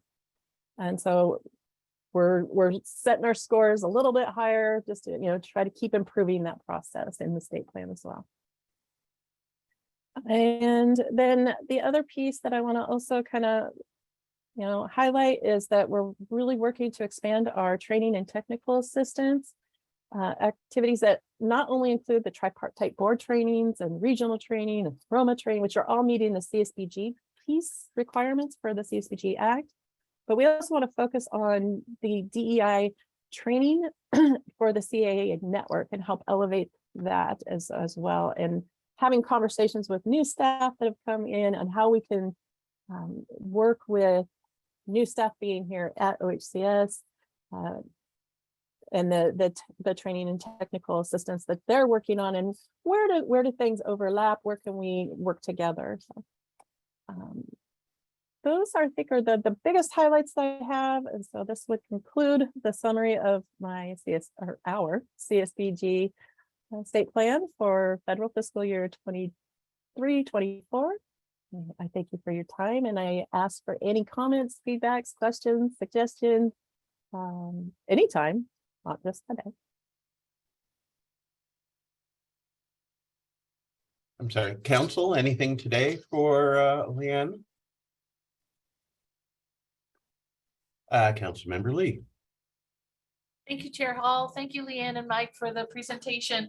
I note that we have to turn this plan in by the end of this month. So I feel like I want to take a moment to give you some feedback, especially as it sounds like you didn't get as robust public comment as you were hoping for. And I appreciate the drive to do it again and again and again until we get what we want to hear. The allocation, the changes to the allocation formula, wonderful. That notwithstanding, I have to say I am very concerned and disappointed at the lack of any reference to racial justice and equity throughout this plan, with the exception of mentioning the statewide housing plan and some of the state linkages language. And I did go through and read the entire 68-page application. So it wasn't deep. And if I've missed things, and I'm sure, as I have missed things, I'm sure you'll be able to tell me where it is in the plan. However, there's just not anything that speaks to any racial justice and equity work that is going to happen as a result of this plan, that is going to be expected as a result of this plan, that is going to be move towards as a result of this plan. And I know that that is not the case because we've had many conversations at this council and other places. So I'm curious about the lack of any reference at all in the plan related to racial justice and equity. The second piece that I'm curious about is the sort of traditional community action charge of easing and ending the conditions of poverty. I see a lot of reference here to the easing the experience of people who are living on a low income. I don't see virtually, again, anything talking about ending the conditions. And we have had a lot of discussion at this council over the years about moving more towards that. How do we get to start ending conditions? Related to that is the asset building conversations. We've had a lot of conversation about how do we start moving into a more asset building stance? How do we start looking at what a future orientation that isn't just meeting a critical don't die on the street need into people living in poverty need to have ways to build assets so that, you know, generationally their families do better and better. None of those discussions or actions related to that seem to be reflected in this plan at all. And finally, I just want to be clear that for me, innovation is not technical assistance. Technical assistance is a particular critically needed assistance and support to work. Innovation might come out of technical assistance, but in and of itself, technical assistance is not innovation. We've done a lot of technical assistance forever and ever and ever. And so this draft report doesn't reflect a lot of what we've had conversations about here for many years, and I don't think does justice in some ways to the work of the Community Action Network. I would very much like to see a go back and a go look that is both intentional to reflect what has been done and also aspirational to set in stone or in concrete, known as the state plan, what we're pushing all of ourselves to do, because as we know, it's too easy to stay where we're familiar and what we know, and everything around us is pushing us to be different and to show up differently. And there's nothing in this plan outside of the allocation formula. And I want to say again, thank you for that. There's nothing in this plan that says we're pushing ourselves to do anything different or significantly different than we've done for the last X number of years. So I really want to encourage us to push a little harder here. And I know time is short, so it won't be, you know, a big whole rewrite, but taking a look with the lens of racial justice and equity and taking a lens through these ending the conditions, the asset building pieces are two pieces of advice that I would give. Thank you. Thank you, Councilmember Lee. Anything else from the council at this point? All right, I guess we're ready to move on then. Thank you. Again, I'm Jill Smith for the record. I'm the interim director of housing stabilization, she, her pronouns. Chair Hall and council members, I truly appreciate this opportunity. And I welcome Matt Rasmussen from DHS, who has joined me. Thank you, Matt. I'll turn it over to him in just a few minutes to just add some context to this discussion. The reason that I'm here today is I'm sure you all remember a month ago, we kind of introduced you to where we are in standing up the Youth Rent Assistance Program, which we're calling RAY, Rent Assistance for Youth. This is a pilot program. I'm just going to do a quick reminder on what this is, because this has been a long time coming. It was actually passed, HB 2163, back in 2021. A little bit has happened since this passed. We've been a bit distracted, so I just want to kind of do a reset talk about where we are, and let you know what's coming, because we're going to bring to you written formal documents in September's meeting, which will show the program that we'll be standing up for the pilot by September 30th. We intend to have contracts in place by September 30th. We need to. We've got less than a year to implement this pilot. So let me just start with a few basics, if you'll humor me. So HB 2163, as I said, was passed as a pilot, and the pilot had certain restrictions. It was to serve youth younger than 25. They had to come from specific spaces: homelessness, substitute care programs, foster care possibly. They had to be incarcerated, detained in a correctional facility, residing in a facility dependency on treatment or rehab or mental health treatment. And we are directed as a department to choose 3 or 4 regions in the state to pilot this, and they must include at least 1 urban, 1 rural, and 1 coastal area. So those are kind of the parameters that were placed on us. There's also a whole section, which I just read it again before coming on here, that I don't think we've been paying as much attention as we should have. And it's about data. We are supposed to do a whole bunch of community engagement, which we've done. There's a list of agencies that we must talk to, including DHS, the CAAs, the housing authorities, culturally specific providers, youth providers. And we've by far exceeded that, but we haven't talked as much about data. And data is a whole section in the legislation, because our legislators want to understand, when we come back to them, more about this population. They want to see, how much was the rent to serve this population? Did they have roommates?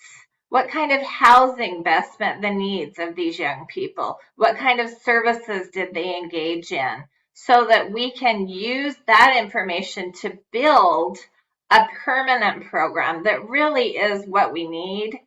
So I just want that to be in your minds. And I think to gain that type of information, we are going to be requiring HMIS, that's basic data entry, but also the qualitative information that we're going to need to get from the youth served will be really important as we report back to you in a year and let you know, what we've learned and what's next.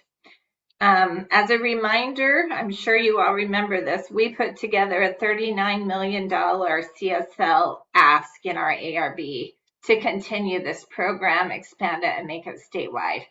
So I think it's really important that we do this well. So where are we now? That's what I want to touch on right now. On the heels of the pandemic, it set us back a bit, but we're playing catch up and we're doing well. And the challenges we've encountered are really linked to capacity, staffing levels. It's the same thing every one of us is encountering across the whole, I think the whole nation and the whole world, unfortunately. And while we've talked to lots and lots and lots of partners, everyone knows this is a need. They're not ready to step in. The majority are not ready to step in and be our partner at this time.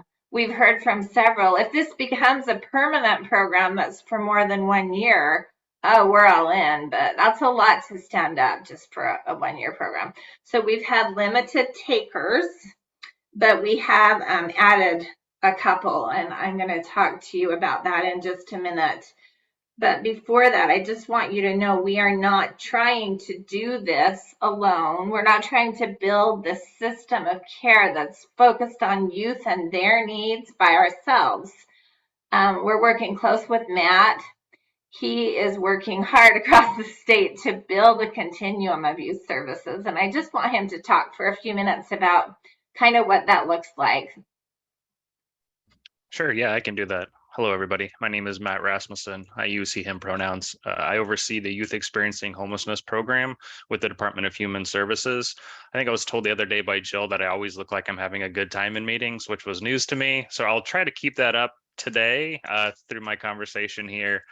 Yeah, I wanted to provide a little bit of context as to the work that I am doing, and first say that I began in this role in 2015.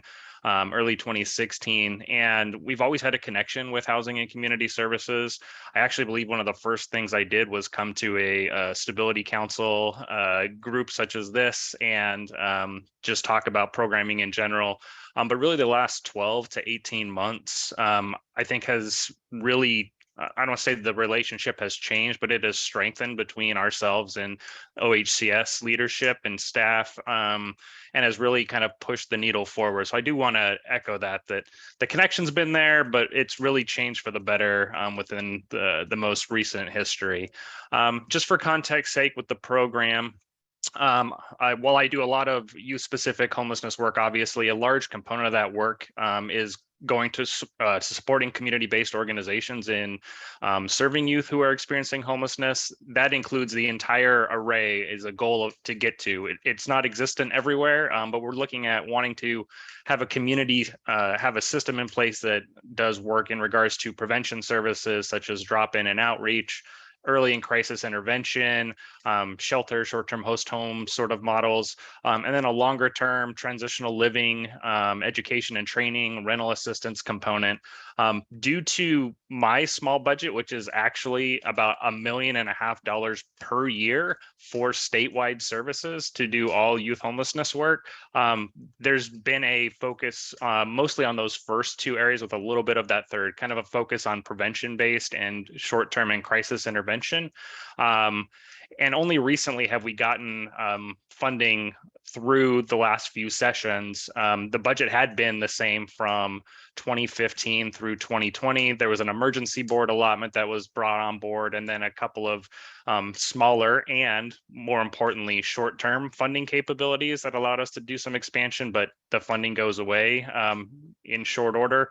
And really a partnership with Housing and Community Services through an interagency agreement to do a variety of things has really paid dividends of being able to push things forward and focus on items that we haven't been able to focus on before, such as transitional living programming, which now includes a shared programming work with child welfare for child welfare involved youth and non-system involved young people. Host homes, the creation and expansion of host homes as a housing opportunity for young people, youth-specific housing apartments that don't require competition with the adult population, doesn't require a voucher process. We're working through a direct cash transfer pilot where youth are receiving money each month to utilize on their own housing path. And probably all that's really exciting, but one thing that I'm really looking forward to is the standing up of a statewide youth advisory board with young people who are currently or historically working through their homelessness journey, and not just to be a voice to say, what do young people need, but also to really sit beside. And I think Andrea had mentioned earlier the term power sharing. And I really think that that is something that we are looking to do with this advisory group, as well as to really open up and share the power with young people and make decisions alongside of them, as opposed to bringing them in when we need them and then sending them on their way when we no longer need them. So a lot of really cool stuff. With that increased funding, we've also expanded our youth provider array from what was 14 grantees 18 months ago to over 39, which is great. But that comes with its own challenges as well. I think there's been a couple of conversations since I've joined about staffing and keeping that stuff operational. That is a huge challenge here. Even with the growth of grantees that we've experienced, like doubling that, over doubling, there's still a limit in many underserved locations of the state. I did reach out with funding availability to Northwest and Northeast Oregon specifically to say I have potentially between $100,000 and $150,000 for the next 12 months for you to stand something up. And I received 3 proposals, and that was a challenge to pull that out of there. There's a lot of reasons for that. Either a locality doesn't think that youth homelessness exists, which has been the case and is the case in some areas, that a local area, that their data that they have available to them doesn't actually or appropriately capture the need. As everybody who's familiar with PIT counts and point in time counts can probably attest to, those are undercounts. And for the youth component, it's even more of an undercount and really not an accurate depiction. And also McKinney-Vento counts in many rural areas can be hit or miss when potentially that liaison is doing one of 100 different tasks within their communities. So there's that piece. And then the funding capabilities aren't there. Even though I have an increased amount of funding, I still only am paying for portions of shelter, portions of services, which requires communities and agencies to come up with other funding streams in order to make ends meet. And so there's just a lot that happens with that. And even more so, oftentimes there's just communities are making plans around homelessness, and that may or may not include youth as a part of it. I don't know a ton about House Bill 4123, which for what I do know is that it distributes $1 million to counties to create a coordinated homeless system. I think 9 counties were awarded, many of them rural. I look through that at a very general level. It asks for advocates for people experiencing homelessness to be a part of that planning. But I'm looking at a lot of those counties, and a lot of those counties don't have youth advocates or youth programs. And so there's always that concern of like, if you're making a plan around homelessness and you don't have a youth voice, either specific youth or a youth program at the table, I'm worried that there's going to be county plans that are made with this funding that are going to be 5 years in length. And because there's no youth agencies there, they're not going to include a youth component as robustly as it should, or perhaps at all. So even there, when people are making plans around homelessness, if there's not youth individuals talking at those meetings and those tables, it's just not going to continue in a meaningful way. So there's some other pieces in regards to staffing, which we probably don't need to get into in a meaningful way. But I know a lot of programs in underserved locations are saying we just don't have either the workforce or the capability to support programs because of staffing challenges. And then my biggest concern is right now, I went from $1.5 million a year to the last 12 months having about $13 million at my disposal, which has been great. And a large component of that is housing and community services dollars. All of that, except for the $1.5 million a year, goes away as of June 30th, 2023. And so there is a large risk for a huge drop off in service components of being able to fund all of these grantees that we've been able to bring on board and align with. Those may have to be redistributed and looked at in a different way. So it could be very catastrophic on that front, which is definitely a concern. And I'll just tie it up just to kind of bring it back to the housing piece. Investing in youth-specific housing options is pretty new as it pertains to self-sufficiency and maybe even to OHCS as well. And partnering with them to diversify the safe housing options, of which long-term rental assistance is one of them, and enhance that overall system of supports is absolutely necessary and required. I will say that rental assistance alone is not going to end youth homelessness.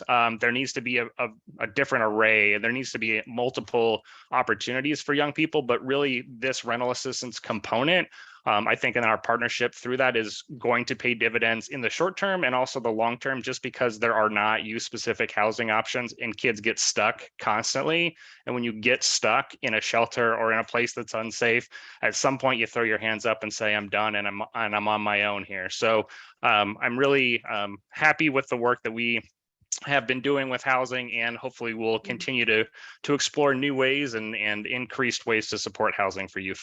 Thanks. Yeah, and Chair Hall, if I may, just really quickly, as I know council members are probably taking the information in and have questions, just appreciation for Matthew for being here, and Director Smith, just going back to, I know the comments, some of the comments that we heard from council members last month, and really knowing that your team sort of laid out a very detailed litany of things that they have heard from the Youth Advisory Council, and knowing that the question was really like, how is that going to build into the design of that?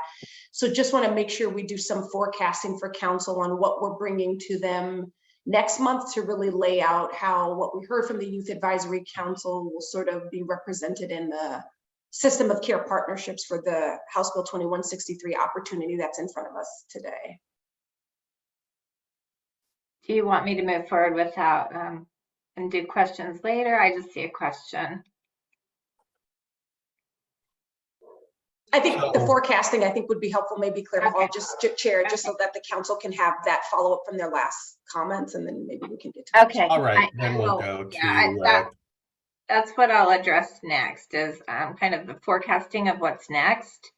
Just wanted to kind of set the stage first of where we are and what we've been working on and what we have today. So as Matt referenced, rent assistance alone isn't going to end youth homelessness, and rent assistance without services for youth coming out of these very prescriptive environments also, it just can't work. There has to be a service component here. So as we have done substantial outreach, we have had some partners that want to work with us. I think everybody wants to work with us. They first want to see if this is going to be a long-term program. So they don't want to be in the pilot necessarily. So we have limited folks raising their hands wanting to be in the pilot. We did find some folks that meet the criteria that we laid out, covering Columbia, Clatsop, and Tillamook counties, Washington County, and Mid-Willamette Valley. Marion and Polk County have also come on board saying that they want to be involved. The partners in those counties include service providers, Northwest Oregon, Columbia, Clatsop, Tillamook. There's 3 community action agencies. They do not necessarily have specific youth experience in those areas. And that's why I think it's so important that Matt and his agency and OHCS work together to really invest in those areas as we invest the rent assistance in an aligned way to build that expertise. So I think we're going to find that across the state. Boys and Girls Aid, Home Plate Youth Services are both going to be contracted providers on this program in Washington County. And then in Mid-Willamette Valley, they were just funded, the community action agency there that represents Marion and Folk, to be a youth continuum of care. So they've received substantial funding from HUD to stand up youth-specific services and to draw in youth providers. So we were thrilled when, like a week ago, they raised their hand and said, hey, is it too late for us to be involved? So they have been added. So we've got some youth-specific providers, not enough. One thing that we're doing to try to compensate for the lack of youth-specific providers in some of these areas is we're reaching out to the neighborhood connections, IDA programs, the cash transfer program partners. Just because they aren't located in that area, there's no reason that those youth can't have access to those services. So we will be investing in both IDAs and cash transfers to ensure youth can access those, as well as other culturally specific services that are for youth providers. Technology today, we got to figure out a way for youth that live in Tillamook County to have the services that they need. So we're working on that as well. I can't say that we will have all of that in place before September 30th, but it gives us the ability to start housing our youth while we work on those things. And I would be happy to bring, check-ins back to you so that we can let you know how things are going. That's where we are today. I welcome your questions.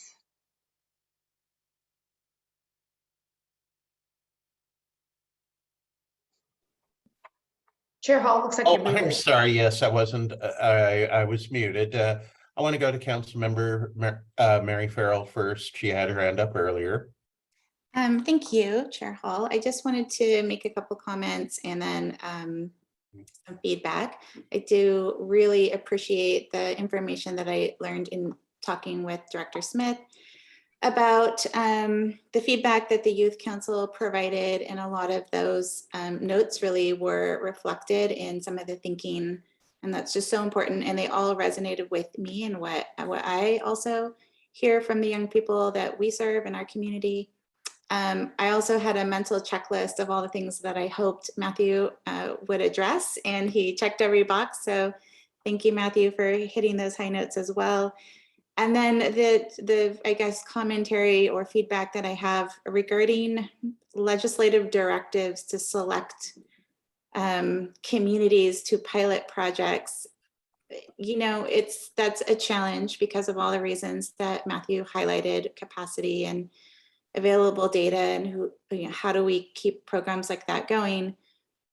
There's sometimes more value if you're going to pilot something in piloting a planning project or, a readiness project, because nothing is more damaging to young people than here today, gone tomorrow programs and services. Nothing. It is literally the reason young people lose faith in systems, in public government, in adults. They're promised something, they get their hopes up, and then when funding goes away and programs close or they can no longer continue, then that's just one more disconnection to the system. So it's, I guess, aligning a little bit in my brain with the HUD effort to end youth homelessness, and you cannot apply for those grants until you satisfy certain pre-criteria, and oftentimes they do planning grants, to see if a community can get their ducks in a row in order to be able to do these programs successfully. And I rather than sort of forcing a program on a community that's not quite ready, they know they need it, but they don't have what they need, to help support them to be able to do it and do it well. So thank you. Matthew Rasmussen. Yeah, I was just going to respond to Mary's comment and provide some context on that too, because I agree with that. With additional funding, we were able to partner, knowing that there's a risk, and there was going to be a risk in order to bring on new providers if there's not a way to maintain them. It's a risk that we took in the short term, but also with this new funding that we received in the last session, I just want to highlight that very same thing about planning grants. We're not necessarily doing a planning grant, but I mentioned earlier about that House Bill 4123 that distributed money to certain counties to create their homeless response system.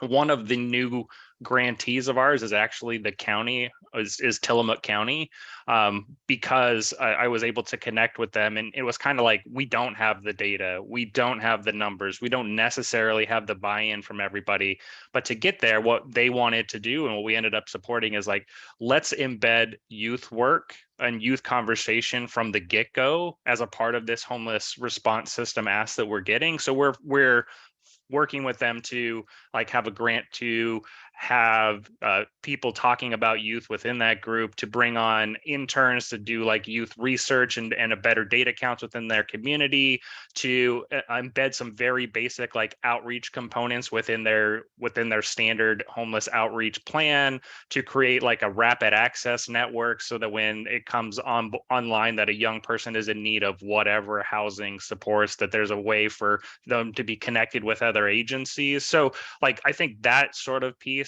in getting communities ready is absolutely necessary, and it would honestly for me be something I think would be great globally, because there are so many areas that need it, but are going to need like that kickstart to get it rolling. And this is our attempt at that with this piece, but there's definitely more room for that sort of thing in other areas too.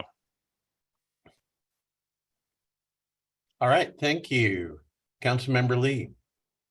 Thank you, Chair Hall. I just want to acknowledge and appreciate staff response to the questions and comments that were made last month, and the due diligence that has happened between now and then. I think it really highlights what happens when people are able to raise questions and ask and make comments, staff going back with their expertise, and it's revealed actually new partners and opportunities that were not here 4 weeks ago. So I just want to say thank you for that. And I feel like everything that you just shared with us, Matt, reinforces the conversation we had last month and that I'm going to continue to have, which is there is a need for culturally specific services for young people by virtue of the fact that they are young people. And just as we talk about with racial and ethnic people of color, and with rural, urban, and gender, and all of those dimensions of identity, We can't simply layer it on to a mainstream operating program to now work competently with this new culture. And so the comment about rent assistance alone, that's right. And the support services need to be culturally competent and specific to young people, right? This idea of youth voice, not one time and done. We went to the youth council, super helpful, super important. How is youth voice and actually determination going to be centered in all of this work as it moves forward? That is a component and capacity that we have to address. I also want to make the point that Black, Indigenous, and people of color are overrepresented in our populations of youth who are living independently and on the streets, as well as youth who identify as queer. We have to clearly and unapologetically speak to those two populations, even as we talk about youth homelessness and you know, how are we getting people up to speed? It's not just working with young people, it's working with young people who are queer.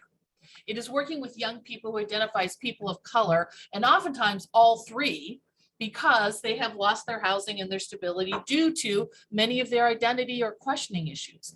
That is not an easy situation to be in for the young person, and it's not an easy situation for our mainstream housing and anti-poverty organizations to be successful with. So I realize that we're going to contract with a variety of people for this project. The agencies that are not currently serving homeless youth are going to have a struggle. And I don't want the youth who happen to connect up with that agency because they have a need to have to suffer and take on the impact of that ignorance, however well-intentioned. I'm not casting aspersions on anyone. I'm simply saying it is not a thing to say, well, I do housing for families and now I'm going to house homeless youth, and expect that that's going to be the thing you're going to be able to add to your portfolio as a community action agency, as a housing authority, as anything else. I want to encourage us to not think about this, and I think we're starting to see the pieces of this, and I know, Jill, you are thinking this way, that we not think about this as a one-time only standalone piece, right? That is not building the basis upon which we are going to have these services and resources for many years to come. I want us to start seeing it as a system of care. I think we can get there, and we have to look at it that way. I would also really encourage, I mean, Matt, your full position is to try to build systems of care across the state for youth who are homeless. We already share dollars. We already fund through your mechanisms and services. Could we not, where we don't have the partners we hoped we wanted to have, or we have partners who are in a learning stance, access some of your 18 or what now 30, I'm sorry, I can't remember the numbers, but your new partners who are also engaged in learning with you, and lift our money there so that it's a collaborated and coordinated effort, not simply now OHCS is doing this thing, we want to connect it up. Let's one-to-one embed it. Thank you. Thank you, Councilmember Lee. All right, so I believe this closes the Housing Stabilization Division report. Any final words?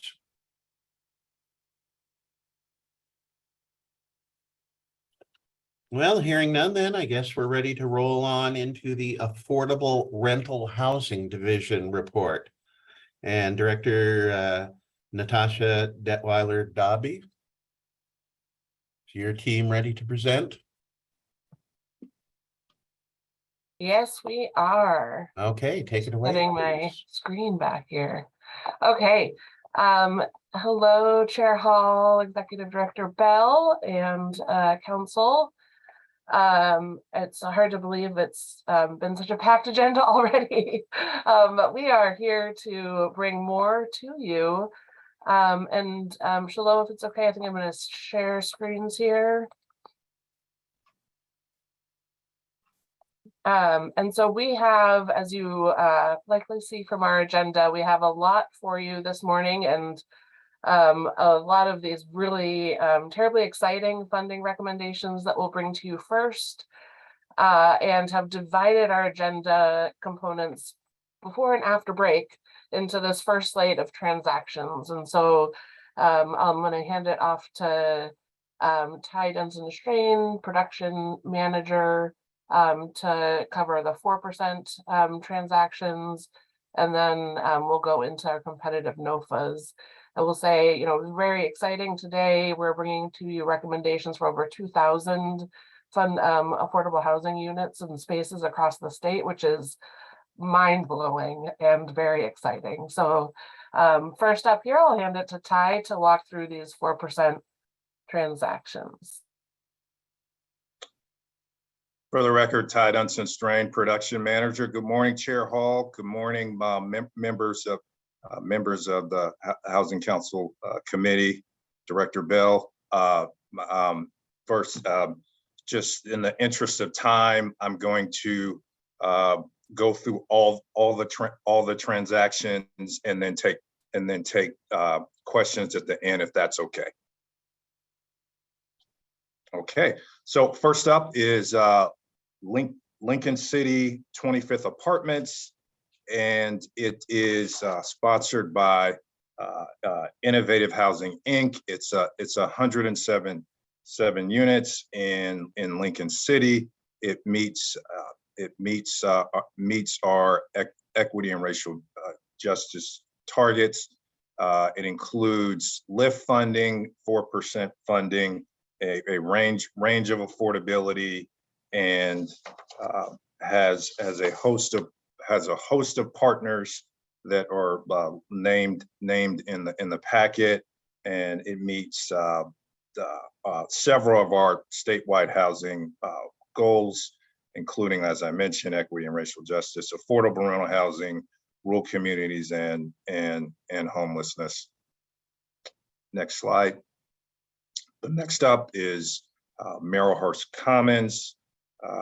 It's 100 units in Lake Oswego, sponsored by Mercy Housing Northwest, includes LIFT and 4%, includes several partners and that are listed, and for our statewide housing plan, it is addressing one of our goals, which is affordable rental housing. Next slide. South Hill Commons is co-sponsored, is 70-unit project in Pendleton, sponsored by Horizon Projects Inc. and DCM Communities LLC. Includes a mix of funding, LIFT, OMEP, and 4% tax credits. It furthers a couple of our statewide housing priorities, which is rural communities and affordable rental housing. Next up, we have Gateway Phase 1, located in Salem, 184 units, sponsored by Community Development Partners. They've included a whole host of partnerships. The project meets our equity and racial justice goals, as well as affordable rental housing, and has a host of funding, LIFT, 4%, and ag worker tax credits. Next slide. La Creole Townhomes is a rehab in a 20-unit project that is sponsored by McCormick Parent Salazar, West Valley Housing Authority in Dallas, has home funds and GAP and 4% tax credits, and meets one of our statewide housing goals as affordable rental housing. Next up, Powhurst Place, 65 units, sponsored by Northwest Housing Alternatives.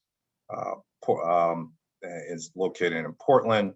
It includes 4% tax credits, and also our good partners at PHB also have funding in this transaction. furthers our two priorities: affordable rental housing and equity and racial justice. Next slide. And with that, I'll ask if there's any questions.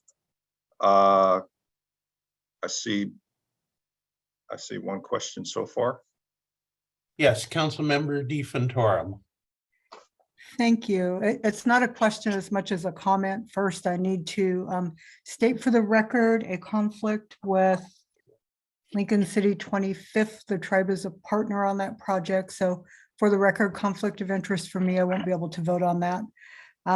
Secondarily, or maybe primarily, I just want to thank you for your work and congratulate Natasha and the team. This is really amazing. This is going to make such a difference in the state, all of these projects. So thank you so much.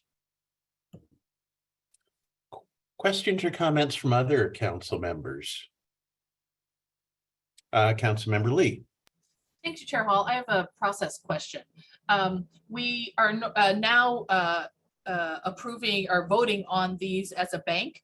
So given that we need to ensure a good separation, are we voting on every project except for the project in which Councilmember DeFontorum is involved, and then do that separately?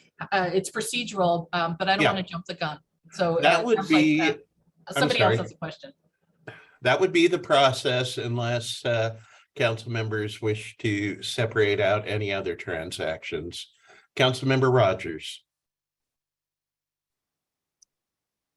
Thank you, Chair. I too have a frog in my throat.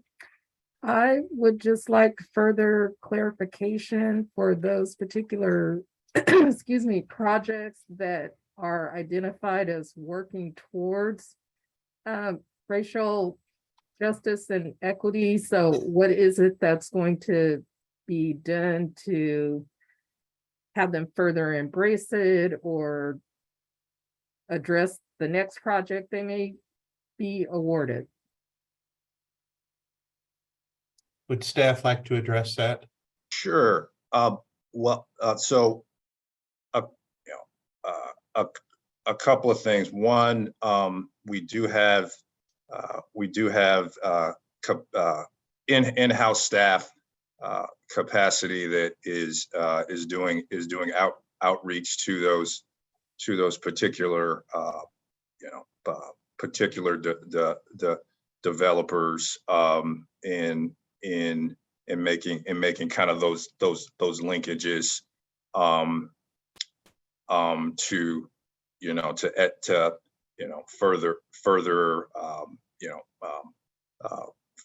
get those developers further down the path. And I would say also just as in the next the next bank of outside of these transactions, what we do find common is that as developers who become more ingrained in those communities, those relationships tend to materialize, and we see those those partnerships get firmed up in other transactions that we see in future transactions. But we wanted to give in transparency give the council kind of a here's where this transaction is at this point in time. And I would say if Natasha and Roberto or any other that ARH staff wanted to fill in the blanks, feel free to hop on. Thanks, Ty. I think I will echo that. I think there's a lot of aspects that are meeting kind of the very baseline requirements in terms of MWSB and other needed supports, but are not really doing what we would call enough to truly meet what our expectations are. We are very close, I believe, to deploying an RFP for culturally specific providers to provide additional supports to our 4% program projects. And so that's something that I think should be coming out anytime now. And we'll be continuing to work with the projects that we have identified and flagged for council as working towards and even just meeting our expectations to make sure that we can align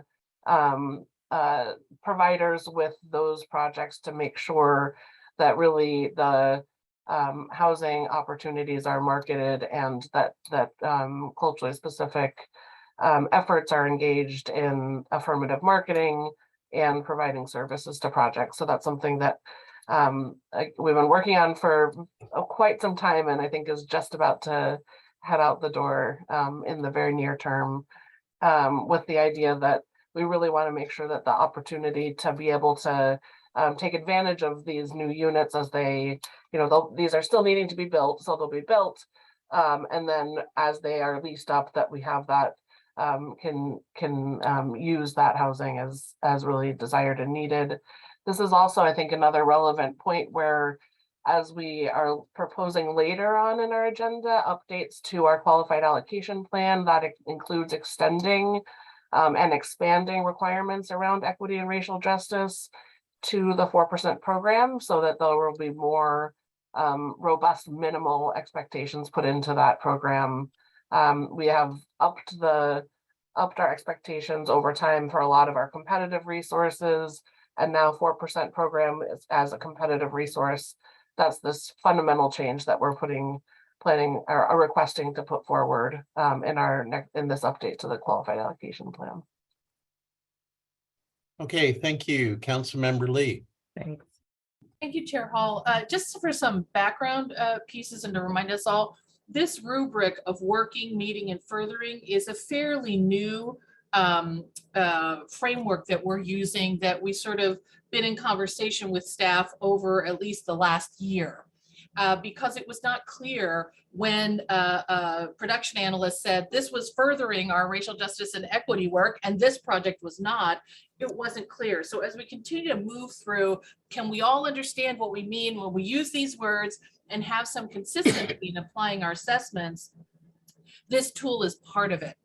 One of the things that we've asked for, and staff has said, hey, give us some time, is we're looking to hear the data and the report of actually what these developers are doing to continue their work to working towards, right? So as each production analyst is working with a project that has been assessed as working towards but not yet meeting, we are anticipating that at some point, we the council are going to get a report back that says of the 25 projects that we funded who were assessed at working towards, here were the types of issues that they were struggling with. Here's the types of accountability that the project oversight was lurking on, so that we can see what it is people are actually doing to work towards, because it's our expectation that everyone meets or furthers racial justice. So I would say the answer to your question, council member, is we don't know. There might be anecdotal information project by project where things have been funded and work has happened. But at this point, we don't know what they're doing. And I too am deeply curious about what that is and what that work encompasses. So I just want to add some perspective. Thank you, Councilmember Sandoval. Yeah, I'm just curious about how we're doing in terms of providing kind of the fair share of units out in Eastern Oregon. I see that one of these projects is in Pendleton, but just kind of big picture, how is the agency doing in terms of building affordable units out in Eastern Oregon? I should probably, we can provide an update report maybe of all of the different projects that we have in regions across the state. It is obviously, as we look at the map of our next funding slate, you'll see that there is really not that much out in Eastern Oregon. And so, identify that for sure. I think we do have some other specifically rural offerings that will be coming out through or highly rural areas through our small project NOFA that we have next year, as well as our preservation NOFA, where we're trying to put together, including within a small project set aside. So I think those are, we certainly have successfully funded projects in Eastern Oregon, and it's not a constant. And so that is a place where when we are looking at capacity building, and need to make sure that we're providing connections between jurisdictions wanting to engage in affordable housing development and making connections with development teams. So I think I will flag that as an update need that we can be reporting on hopefully next month. Yeah, thank you. Yeah, that's what got me thinking about this, that GIS map you'll talk about in the next section. But yeah, I was also thinking about, so thank you, that'd be great. But I guess in addition, I'm also concerned about, that's not really a concern, I guess. I just like bring more attention to the fact that there are a lot of Latin American communities in Eastern Oregon. There's like pockets of them, so Ontario and Hermiston and so forth. So it'd be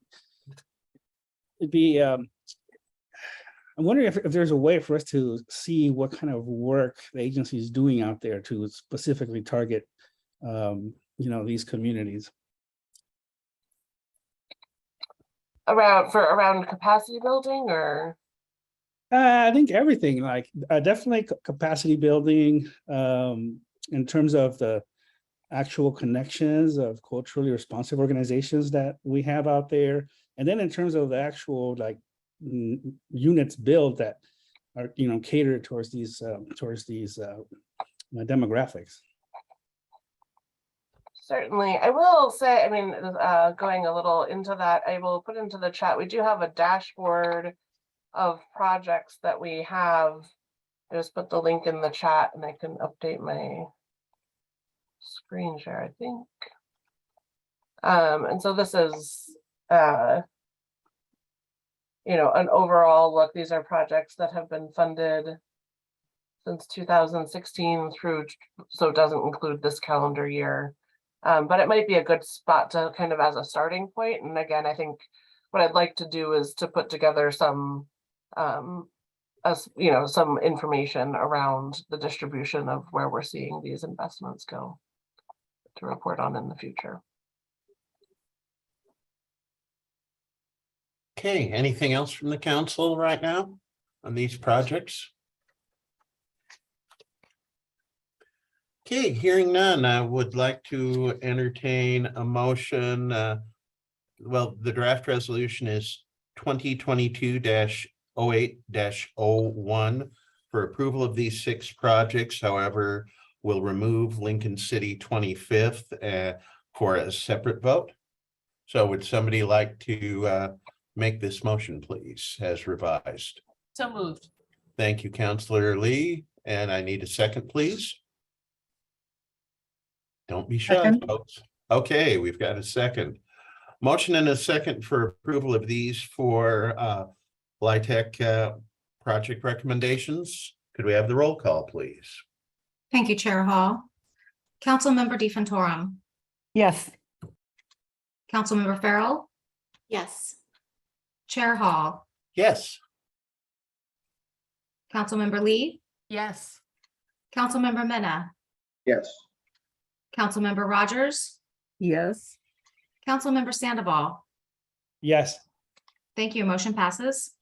Wonderful. Now, if I could have a motion for a recommendation of funding for Lincoln City 25th. So moved. Thank you. Second. Second. Thank you. And roll call, please. Councilmember DeFantorum is Abstain. abstaining. Thank you. For the record. Councilmember Farrell. Yes. Chair Hall. Yes. Councilmember Lee. Yes. Councilmember Mena. Yes. Councilmember Rogers. Yes. Councilmember Sandoval. Yes. Thank you. Motion passes. All right, now we'll move on to the NOFA fund recommendations, and thanks, everyone. Excellent. Thank you so much, Chair Hall, council members, Director Bell. So we are, the next slate here are as our NOFA funding recommendations.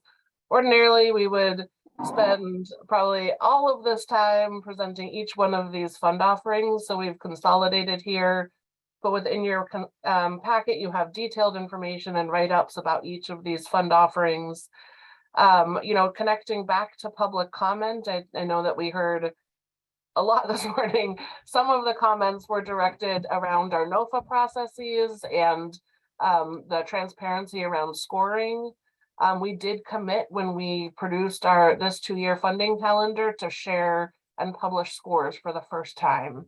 So we are doing that. That's going to be kind of, we're finalizing the format of all of those documents, and we'll be publishing those on the web in the coming week or two. We are also, as always, we schedule debrief conversations with every single sponsor who wants to talk with us about why their project wasn't funded, or even if it was funded, to get the more detail about how their project was scored and reviewed. Those are always kind of learning processes, both for the sponsors to understand more and for us to understand where we might be able to be better communicate, you know, enhance our communication around that. So those are forthcoming, and we'll be sure to connect back, you know, make sure that you have that reference in the future around seeing those more, the actual scoring breakdown of those. And so with that, I think I'm going to hand it off to Amy Cole, our State Development Resources Manager, to walk us through all of these exciting fund recommendations from our competitive NOFAs and non-competitive funding pool. Amy? Thank you, Natasha. Good morning, council members, Chair Hall, and Executive Director Bell. As Natasha said, I'm Amy Cole, the State Development Resources Manager. I use she, her pronouns. And as you have noticed, I'm sure in your very robust packets, we're bringing 38 projects to council this morning for approval. There are recommendations from 4 NOFAs and 1 competitive pool. Staff in all parts of affordable rental housing have been working very, very hard since the beginning of the year on the NOFAs and the application reviews. And I just want to recognize them and thank them for all that hard work. And also a big thank you to our partners who have brought us a bunch of really great projects for consideration. We're only sorry that we don't have more, you know, resources to fund more of them. And so with that, I'm happy to bring you the results of all this work today. And as Natasha mentioned, we're doing things a little differently this morning because of the volume of recommendations and limited time. So I'll be doing a high-level overview of each funding source along with the recommendations, and then moving through that material pretty quickly. And then our program staff are all here and available to answer questions from council. So the information for these recommendations starts with the cover memo on page 42 of your packet. Next slide, please. All right. So I just thought I'd do a little bit of by the numbers before we get into the more detailed information. As I said, 5 fund offerings, 38 projects, a combined 1,980 units and or spaces and for the manufactured home parks. That 1,980 includes 1,390 new units of affordable rental housing, 137 units of at-risk housing being preserved, 163 new homeownership units, and 290 manufactured home spaces preserved. And projects today are requesting a little over $159 million in state and federal funds, 10.5 million-ish in 9% low-income housing tax credits, and a little over 15 million in Oregon affordable housing tax credits. All right, let's start. First up is preservation of manufactured dwelling parks. This is a non-competitive funding pool, and we have 2 2 applications, Harbor Village Co-op and Talent Mobile Estates. Next slide, please. We currently have 45 million, or we started out with $45 million available in this pool. After these requests, we'll have about, if they're, approved, we'll have about $33 million remaining in that pool. So we're recommending Harbor Village Co-op for about $8 million and has 201 spaces, and Talent Mobile Estates for 3.5 million, and that's 89 spaces. Both projects will serve households impacted by the 2020 wildfires. And you may recall that Talent Mobile Estates came before you a few months ago. Our colleagues in disaster recovery and resiliency provided a bridge loan for the purchase of this property a couple of months ago. And the funding recommended today would repay this bridge loan and provide permanent financing for the park. CASA is working with both projects and will stay with the projects through completion of improvements and after to assist resident-owned co-ops. Both projects are meeting ERJ goals. Next steps, parks will proceed toward closing, and yeah, that's what we got there. All right. Moving on to our permanent supportive housing, our PSH NOFA. This is just, we included some of the drawings that came in with projects just because I think it's nice to see them, right? Nice to see what things will look like. So let's go to the next slide. So we offered $45 million through this NOFA. It was offered, that was a combination of state permanent supportive housing funding, which is funded through proceeds of our Article 11Q bonds, and federal housing trust fund funds. 2 out of the 5 recommended projects are meeting ERJ goals, and 3 out of the 5 are furthering ERJ goals. The 5 projects will add 214 PSH units and 336 total units. If these projects are approved for funding, OHCS will meet and surpass its statewide housing plan goal of funding 1,000 units by 2023. Next steps for PSH. Currently, we're finishing up the 2022 Supportive Housing Institute next month. And the next NOFA is planned for release in early 23. Next slide. All right, lift rental NOFA. This was a big NOFA this year. As you know, we have received the most lift funding in this biennium so far for the program. So next slide. The lift rental NOFA offered 91 million approximately, a little over that. We received 20 applications and are recommending 14 for funding. 6 of those are in rural areas and 8 are in urban areas. And that would be a total of 836 units. All projects are considered to be furthering ERJ goals. And we also, just looking at the slide, we offered 91 million and we are recommending funding 97 million. Unallocated funding from the LIFT homeownership NOFA is also included in that funding resource.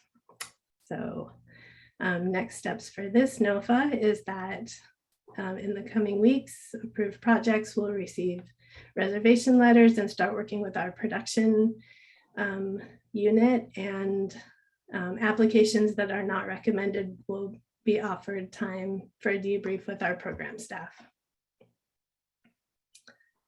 Next slide. All right, moving on to the LIFT homeownership NOFA.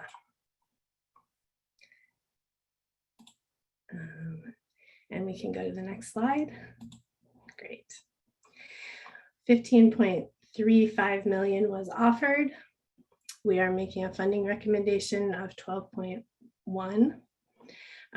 We had 11 projects submitted for this NOFA and 11 are being recommended, and that will be a total of 164 homeownership units. All projects are considered to be furthering ERJ goals. And same with lift rental and with PSH. In the coming weeks, projects that are approved would receive reservation letters, and the next offering is planned for January 2023. All right, moving on to 9%. Last but definitely not least. Next slide. All right, so this NOFA included $10 million in 2023 tax credits, broken down by the percentages you see on the slide. 6 projects are being recommended for a total of 369 units, with 232 new units and 137 units preserved. 4 out of the 6 units are meeting ERJ goals, and 2 out of the 6 are furthering ERJ goals. And we have one quick update to the 9% low-income housing tax credit information in the NOFA recommendations memo. And I'll get to that in 1 second, but just in the coming weeks, projects will be contacted regarding reservation letters, and debriefs will be offered to projects that are not recommended today for funding with the program manager. So let's move to the next slide, which is an update. So I'm talking about the cover memo, which starts on, it's the NOFA recommendations memo, which starts on page 42 of the packet. On page 45, there's as part of the 9% recommendation, there's a project called Providence Medford. The funding that made it to that memo was not exactly as it should have been. So this is the correct information for the funding on that specific project. $2 million in low-income housing tax credits, $600,000 in GAP funding, 3.3 million in home funding, and 69 PSH services and rent assistance slots. The information in the project summary on page 162 is correct. So with all of that, let's go to the next slide. And program staff are all here to answer questions, and we'll ask that staff consider the motion in the packet, which is on page 44.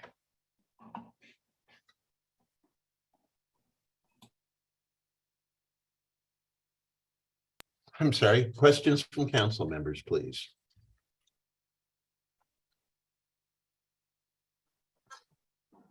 Councilmember Lee.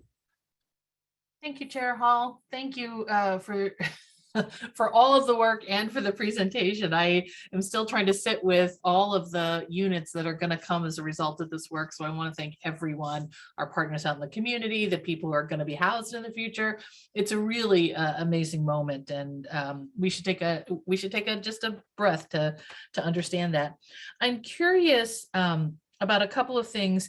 You know, we just talked about the working towards meeting and furthering racial justice and equity. And I wonder about the use of that rubric for these proposals. It seems like it would also be, you know, again, as we're growing out our practices, if this rubric is working, at least as it worked for the last set of proposals, I'd like to see it expanded for this set of proposals also. You know, again, this question of when do we say this is furthering the racial justice and equity part of the statewide housing plan, and when this project is not, isn't so clear to me. I got a couple of questions, for instance, for the Bayside and Oak Manor listing as racial justice and equity. And as I look at, at the other proposals that are in this together, I have questions. So I think this is a really similar situation to where we were with some of these other funding decisions that we're making. So I just want to suggest that we think about what it might mean to include that piece of information. I also have a question for curiosity. Whatever happened with our conversations? There's the discussion about culturally specific and culturally responsive. And we've had a lot of discussion about it. We met with the Department of Justice. I knew there was work that we were trying to do to be specific about it. But whatever happened to that work, because it's referenced here a couple of times in these proposals and in this bank of presentations and the criteria upon which we're evaluating proposals. It doesn't have to happen now, but I'd love just a catch up. And I know it's not just this program, it was agency wide. I'd love just an update of where we got to on this conversation about what's culturally specific and can we fund it and or privilege it, and what's culturally responsive and what's our responsibilities there. Thank you. Thank you, Councilmember Lee. I think maybe for an effort of time, and you indicated we can follow up later, I will aim to follow, I think number one, I agree. I think we all agree that we want to build in that meeting furthering into, I think, our programmatic template. Amy did layer in some of that language in her presentation, but it didn't get into my summarizing it into the memo. I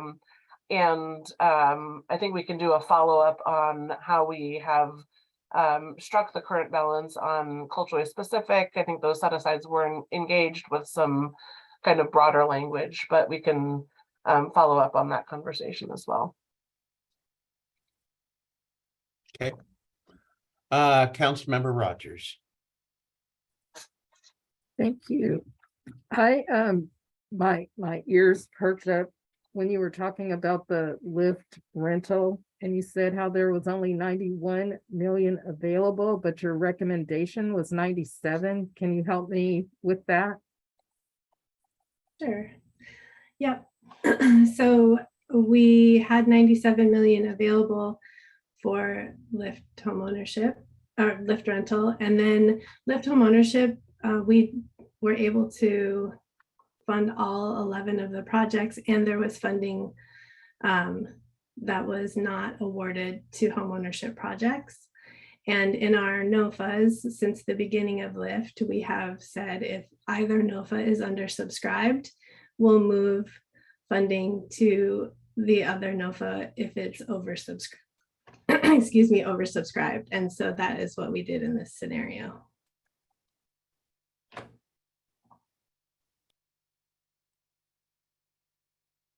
Thank you for the clarification. Okay. Anything else, council members?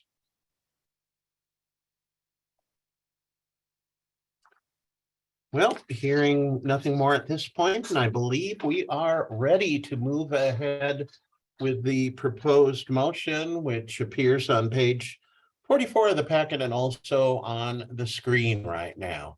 38 projects in one motion. Absolutely wonderful. Who would like to make this motion?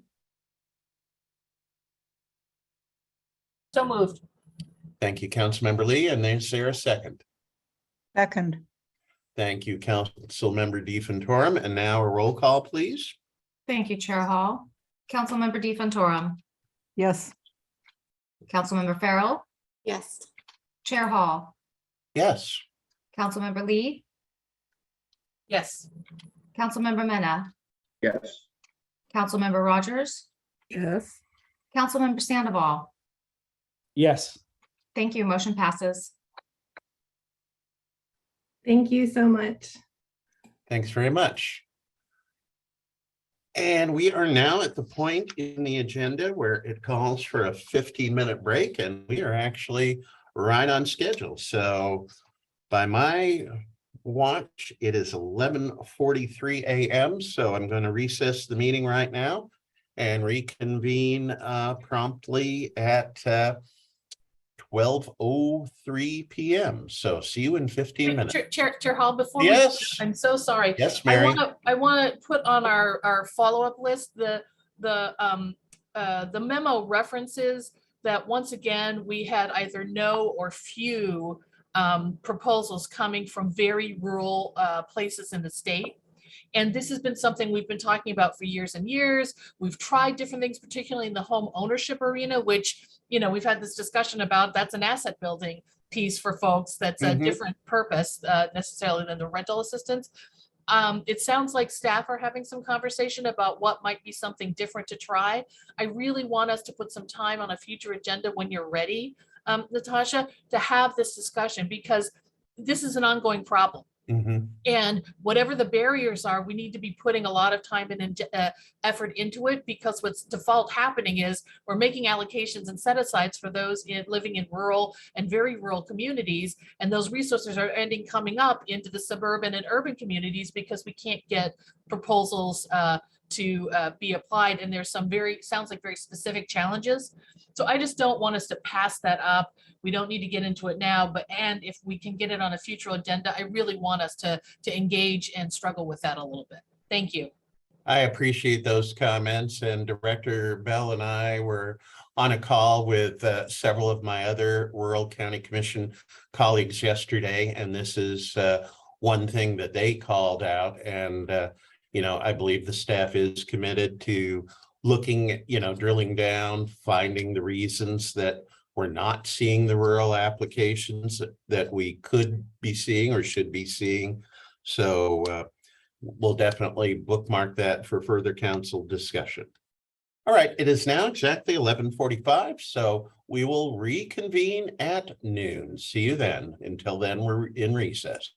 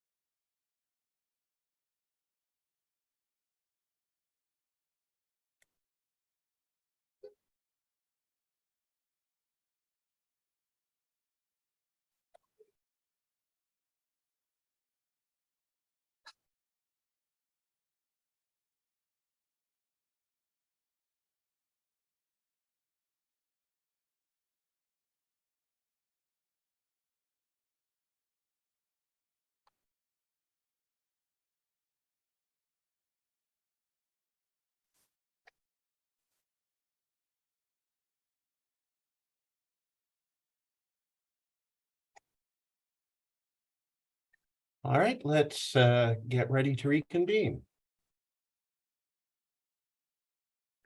At this point, 12 noon, I am reconvening the Oregon Housing Stability Council. And our next item is more business from the Affordable Rental Housing Division. So I'll turn things back to Director Detweiler-Dobby. Thank you, Chair Hall, council members, Director Bell. Yes, for the record, Natasha Detweiler-Davy, she, her, from Affordable Rental Housing. And so we did the epic transactions before break, and now we're moving to some really incredible kind of new initiative update work that we've been talking with you about for a few months. Last month, you reviewed both or all three items on this afternoon's agenda. The first one here coming back to you with update and request to move forward is, I love the CARE acronym for co-location of affordable rental housing and early care and education. So to walk us through this this afternoon is our senior policy analyst, Mitch Noosh. Mitch. Thanks, Natasha. Good afternoon, I guess now, council members, Chair Hall, Director Bell. My name is Mitch Noosh. I'm the interim senior policy analyst with the planning and policy section of the Affordable Rental Housing Division at OHCS, here again to bring back our updated framework and kind of a general update around our co-location of affordable rental housing, early care, and education, as Natasha said, lovingly deemed care, and a little creatively deemed care. So because we've come a couple times on this, I don't want to belabor the point. I think I'll give a quick refresh of sort of what the CARE program is and what we're talking about. If you have any questions about more details from prior meetings or something along those lines, or the study, please feel free to raise those at the end, and I'm happy to respond to that. Generally, what is CARE? It is a co-location concept. So the idea is making space within affordable rental housing developments for childcare and early learning providers to use. This can be interpreted broadly. Sometimes it looks like a typical prototypical classroom setup with the tiny toilets and sort of the one you would probably envision when you think of an early childhood education center. Sometimes it can look like someone's unit where they're providing childcare for families in that unit as well. It's broadly defined. It just generally means putting those two spaces together to use the power of proximity to intervene on two kind of necessary fronts, which is why it matters to get to this next point. These are intersectional crises.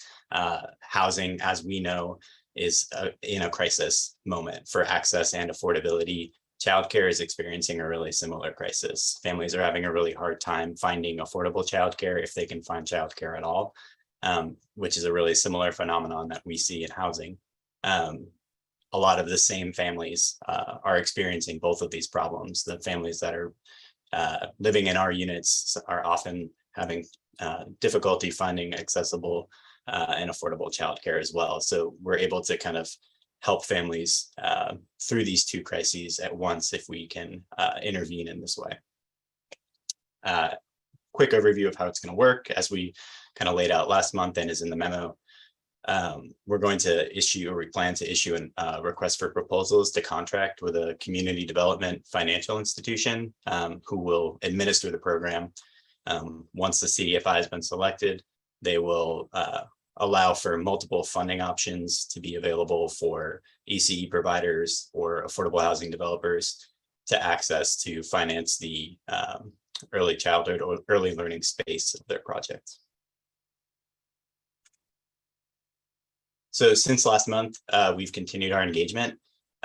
We've had a lot of kind of key stakeholder conversations that have continued to happen in the interim that are really exciting. We've talked to several developers and ECE providers who are really excited about this program and have made us really excited, kind of just keeping them up to date on what the timeline is and what this looks like. It really has hammered home kind of the need for these types of developments. A lot of the ECE providers are really looking forward and anxious for this program to get launched so that they can access these resources.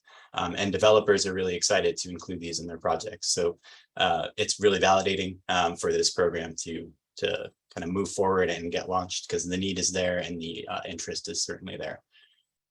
We've continued working with different governmental entities, including our partners at the Department of Education Early Learning Division, who have been kind of key partners throughout with interaction and outreach to ECE providers in particular. They have that great lens that we're kind of missing with our affordable housing lens over here. So that partnership has been really fruitful, and we'll continue through selection of the RFP and then through continued operation of the program from our perspective as the state. I also wanted to discuss too our ongoing conversations with Multnomah County's Preschool for All program. We're really, really excited about this. So Preschool for All is an initiative in Multnomah County that was passed in 2020 that provides for free universal pre-K for all 3- and 4-year-olds in the county. We have had kind of those initial conversations with them because they got similar funding for facilities investments and had a plan to kind of do something similar to what we're trying to do, which is release proposal for a CDFI to come in and potentially leverage those dollars to get more bang for their buck, essentially. Because of this kind of overlap, we are looking into options to collaborate instead of compete. We really don't want two different governmental entities releasing a CDFI RFP at the same time for a really fundamentally similar proposal or program to get stood up. We can see a lot of really great efficiencies and kind of working together to potentially release these funds simultaneously and work together going forward with CDFI, who will hopefully have some administrative efficiencies come with that too. So those conversations are ongoing, but we're really excited about them. I also wanted to just kind of bring up the feedback from last month and just make sure that y'all were aware of the responses we've had to it and some of the changes that were made to the program and sort of adjustments things that we tweaked or elevated. First and foremost, equity and racial justice and how we were centering that in the program and what our expectations for the CDFI that we were contracting with were going to be was raised last month. And I think first and foremost, I do want to mention that early childhood education is a really powerful equity tool. There has been a lot of research showing that high quality early childhood education for young children under age 5 can lead to really enhanced outcomes, social emotional outcomes, physical health outcomes, and educational outcomes in their future lives. This access to this high quality early childhood education now is really inequitable. There's a disproportionate number of BIPOC families that struggle to find and afford high quality early childhood education. So by providing these centers in our affordable rental housing, we feel we can really make a fundamental difference in some of the families who are living in our units' lives, not just through providing families a more affordable option for childcare, which it will help a lot, but in youth who are receiving that early childhood education and childcare in the future going forward. If we establish the program right and keep these expectations high for the quality of the childcare, it can make a huge difference in people's lives. So with that kind of baseline, we also did kind of tweak and add a few expectations to the RFP that we're going to be releasing. Excuse me. So first, around business development, we had some conversations with a similar program that's in Washington State, and they've had some successes with training and technical assistance provision to early childhood education and childcare businesses. Important context is, I think, that 93% of childcare workers are women, 45% of childcare workers are Black, Asian, or Latine, and over half of childcare businesses are minority owned. So this is a really unique sector in terms of its demographics. And I think by investing in these businesses, we can provide really powerful asset building for communities of color to have growth in their businesses and kind of that human capital and knowledge around how to run a business and how to do kind of the effective business strategies that a CDFI can really help some of these childcare centers grow through. So that's going to become a part of the RFP. Is this kind of expectation that there's some component of that looped in where they're able to target kind of BIPOC businesses that are hoping to either launch or kind of level up. People who have these centers already or business already, but really want to expand and take advantage of these resources, or folks who are trying to get into this space. We want that intentional outreach and training and technical assistance to be a key component. Next, around marketing and population served. We want to make this a really clear expectation for the CDFI who is contracted with. We want them to be doing something similar to what we see in our affordable rental housing units around affirmative fair housing marketing, where we're having them analyze the community and find those least likely to apply for spaces in the ECE center and really intentionally outreach to BIPOC populations to make sure that those who are knowledgeable about open units and open spaces in the ECE center are really intentionally reached out to proactively so that they can understand what their options are and access the service in the units and the spaces in the center. We also really want to set targets around population served to either reflect the community or go above and beyond that for BIPOC populations, and are going to require tracking and reporting from the CDFI to come back to us and work with the CDFI if they aren't meeting those targets on how they can improve those. And we'll work with our partners in the Early Learning Division to kind of help come up with strategies if they're not meeting those targets. Lastly, at least on this list, there is other components of it that were baked into the framework, but on these 3 changes that we made or updates, linguistic diversity is something we wanted to call out kind of on multiple levels. So we really want to require that the CDFI is able to work with businesses that maybe don't speak English as a first language or speak any language. Frankly, we know that these businesses are really diverse, and we want to make sure that somebody is not denied the opportunity to access this service because of their linguistic diversity. So we want to see a plan and a commitment from CDFIs to be able to work with anyone who comes in the door and wants to take advantage of this program. Similarly, we want to see some type of prioritization from the CDFI for the centers that they choose, for centers that have linguistic diversity amongst their staff and can work with students and children who potentially don't speak English as a first language also, and how they could potentially work with those folks to provide culturally competent and responsive care to those youth and families. We also heard from Stability Council around geographic distribution. We had asked kind of how council members thought we should kind of allocate these initial $10 million of funding, and whether that was enough for projects across the state, which it was probably not. We feel really confident that adding Preschool for All's investment to ours will help with this. We also did hear kind of mixed feedback from council on where we should target geographically and from stakeholders. There's been interest across the state, which is really exciting. And we feel that we'll be able to kind of target populations and centers and projects statewide in both urban, rural, and very rural parts of the state.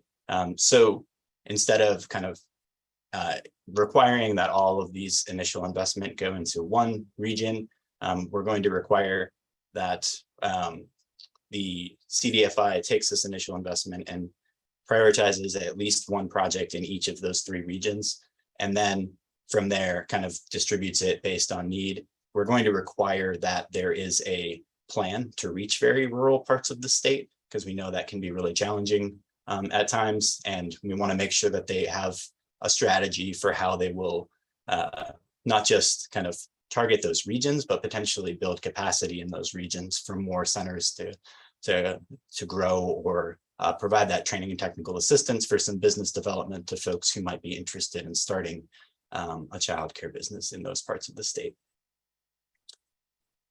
We heard some feedback on our funding options too. So just as a refresher, there were 3 of them. There's the low interest loan fund, the grant pool, and then the family childcare grant pool. And we had them broken out into kind of a distributed bucket of 50% to the loan fund, 45% to the grant pool, and 5% to the family childcare center. And the feedback was maybe that's too prescriptive, and staff was in agreement on that. I think especially with this initial investment, we did want to see kind of what was out there and where the greatest need was. We are, however, so we're going to get rid of the mandatory distribution and the percentages around that. We are going to ask that CDFIs can prove that they can still do these 3 options. However, we see each of them as really kind of a fundamental piece of the puzzle, and don't want to scrap anything necessarily. The loan fund is kind of that revolving loan feature that will allow sustainability of the program and continued access to resources, and potentially expanded access to people by continuation of the program.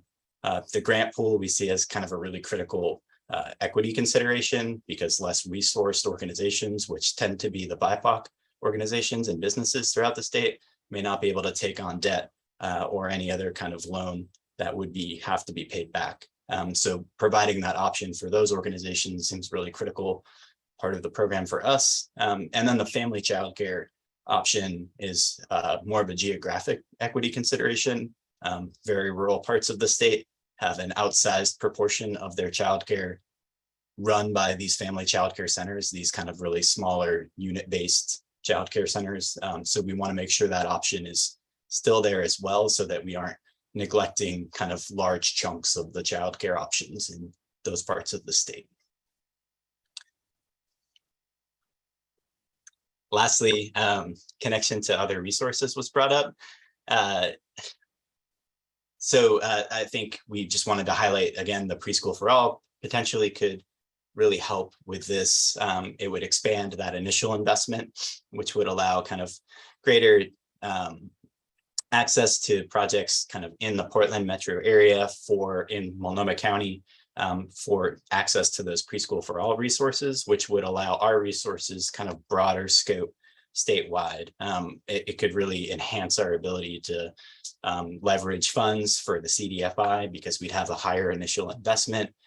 It could do a lot of good if we can make that happen. We also want to reiterate that, in that study, there was a whole list of kind of barriers that were policy barriers that were kind of keeping these developments from happening in the first place, which, as I mentioned earlier, with the ongoing outreach to developers and ECE providers, the interest is there. It's just these are really hard projects to fund and build, and there's barriers. And I think, so we've already started conversations around some of those barriers that were listed and are committing as an agency to continuing to work through those barriers and try to break down as many as we can parallel to this program operating, so that we can not just fund more projects through this program, but also hope that we can help other projects succeed even without this funding that want to do this kind of work. So next steps, we're going to continue work on the RFP. We hope to release it in the fall. Then shortly after we get those back, we'll review them with the Early Learning Division and potentially Preschool for All if we do release a collaborative effort. And then we will establish and award a contract in the winter and hope to have a program stood up shortly thereafter. So I'm happy to answer any questions the council might have around the program or any of the updates that we made. Otherwise, I'd ask that you consider the motion. Thanks. Questions from the council?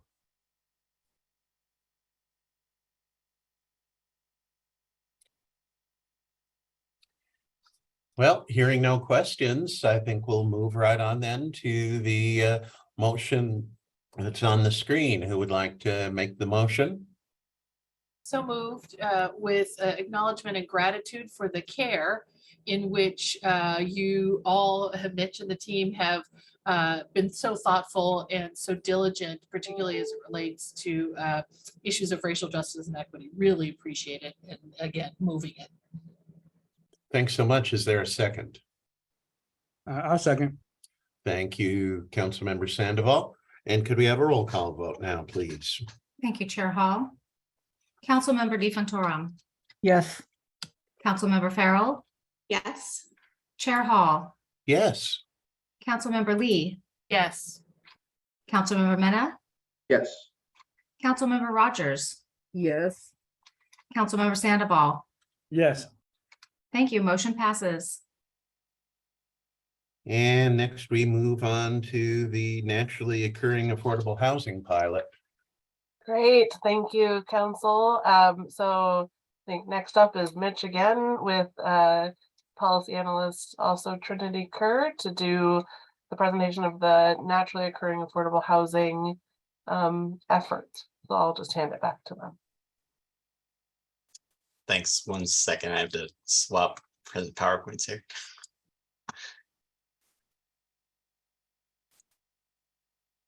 Awesome. Okay. Great. Good afternoon again, council members, Chair Hall, Director Bell, Mitch Hanoush again, interim senior policy analyst, planning and policy section, affordable rental housing division at OHCS. This time I'm presenting on the acquisition of naturally occurring affordable housing RFP, which we also brought last month. And again, I'll be presenting with my colleague Trinity, who I'll let introduce herself. Hello, everyone. My name is Trinity Kerr, and I am an operations and policy analyst in the planning policy section. Great. Thanks, Renee. Okay, so similarly, I don't want to belabor the point necessarily on a program that we already gave you the kind of overview of, but we'll hit on some of the key points. We really wanted to highlight again that this is a really innovative program for us. It's acquiring market properties, specifically those that are not in our portfolio. They are not connected to any of our programs. They're not connected to any public funding portfolio or any public programs. We're going to be working with a set of properties that we're really unfamiliar with, that we don't have a lot of data on, that we don't know the key stakeholders for. But it's also one of the most prevalent and vulnerable affordable housing in the state and nationally. So it's a really new look at how we can work with affordable housing in a different way as the state and interact with kind of an entirely new set of stakeholders and priorities, and we're really excited about it. These vulnerable market affordable housing properties are particularly vulnerable because they don't have any of these public restrictions on them. So if they're not saved, the risk is high that these units can be lost to upscaling or flipping or any other kind of acquisition and turn to market rate or luxury apartments or condos. Similarly to the CARE program, we want to work with a CDFI for this, the Community Development Financial Institution, for a multitude of reasons, but particularly because of their ability to enhance and leverage our initial investment with private and philanthropic stakeholders to kind of level up and multiply that initial investment. We really don't have that ability as a state to creatively take those dollars and enhance them in the same way that a CDFI is able to. We also see a CDFI as more well-positioned than us to have connections with those stakeholders that we don't normally work with that are in the market, whether that's real estate folks, community members on the ground who are working with these types of properties, or tenants that work with these types of properties. We think a CDFI is better positioned than we are personally to work with these different stakeholders that are pretty key to this program functioning the way that we want it to. And just to, all of that combined, this is beyond OHCS's usual scope of work. We're usually really committed to and in our lane of kind of this publicly supported housing as an affordable rental housing team. So this is a new venture for us, and working with a lot of kind of new things that we're excited about a partnership with a CDFI, but are going to be pretty critically invested in this so that we can ensure that we can take best practices and potentially use them to our advantage in other programs and offerings that we have.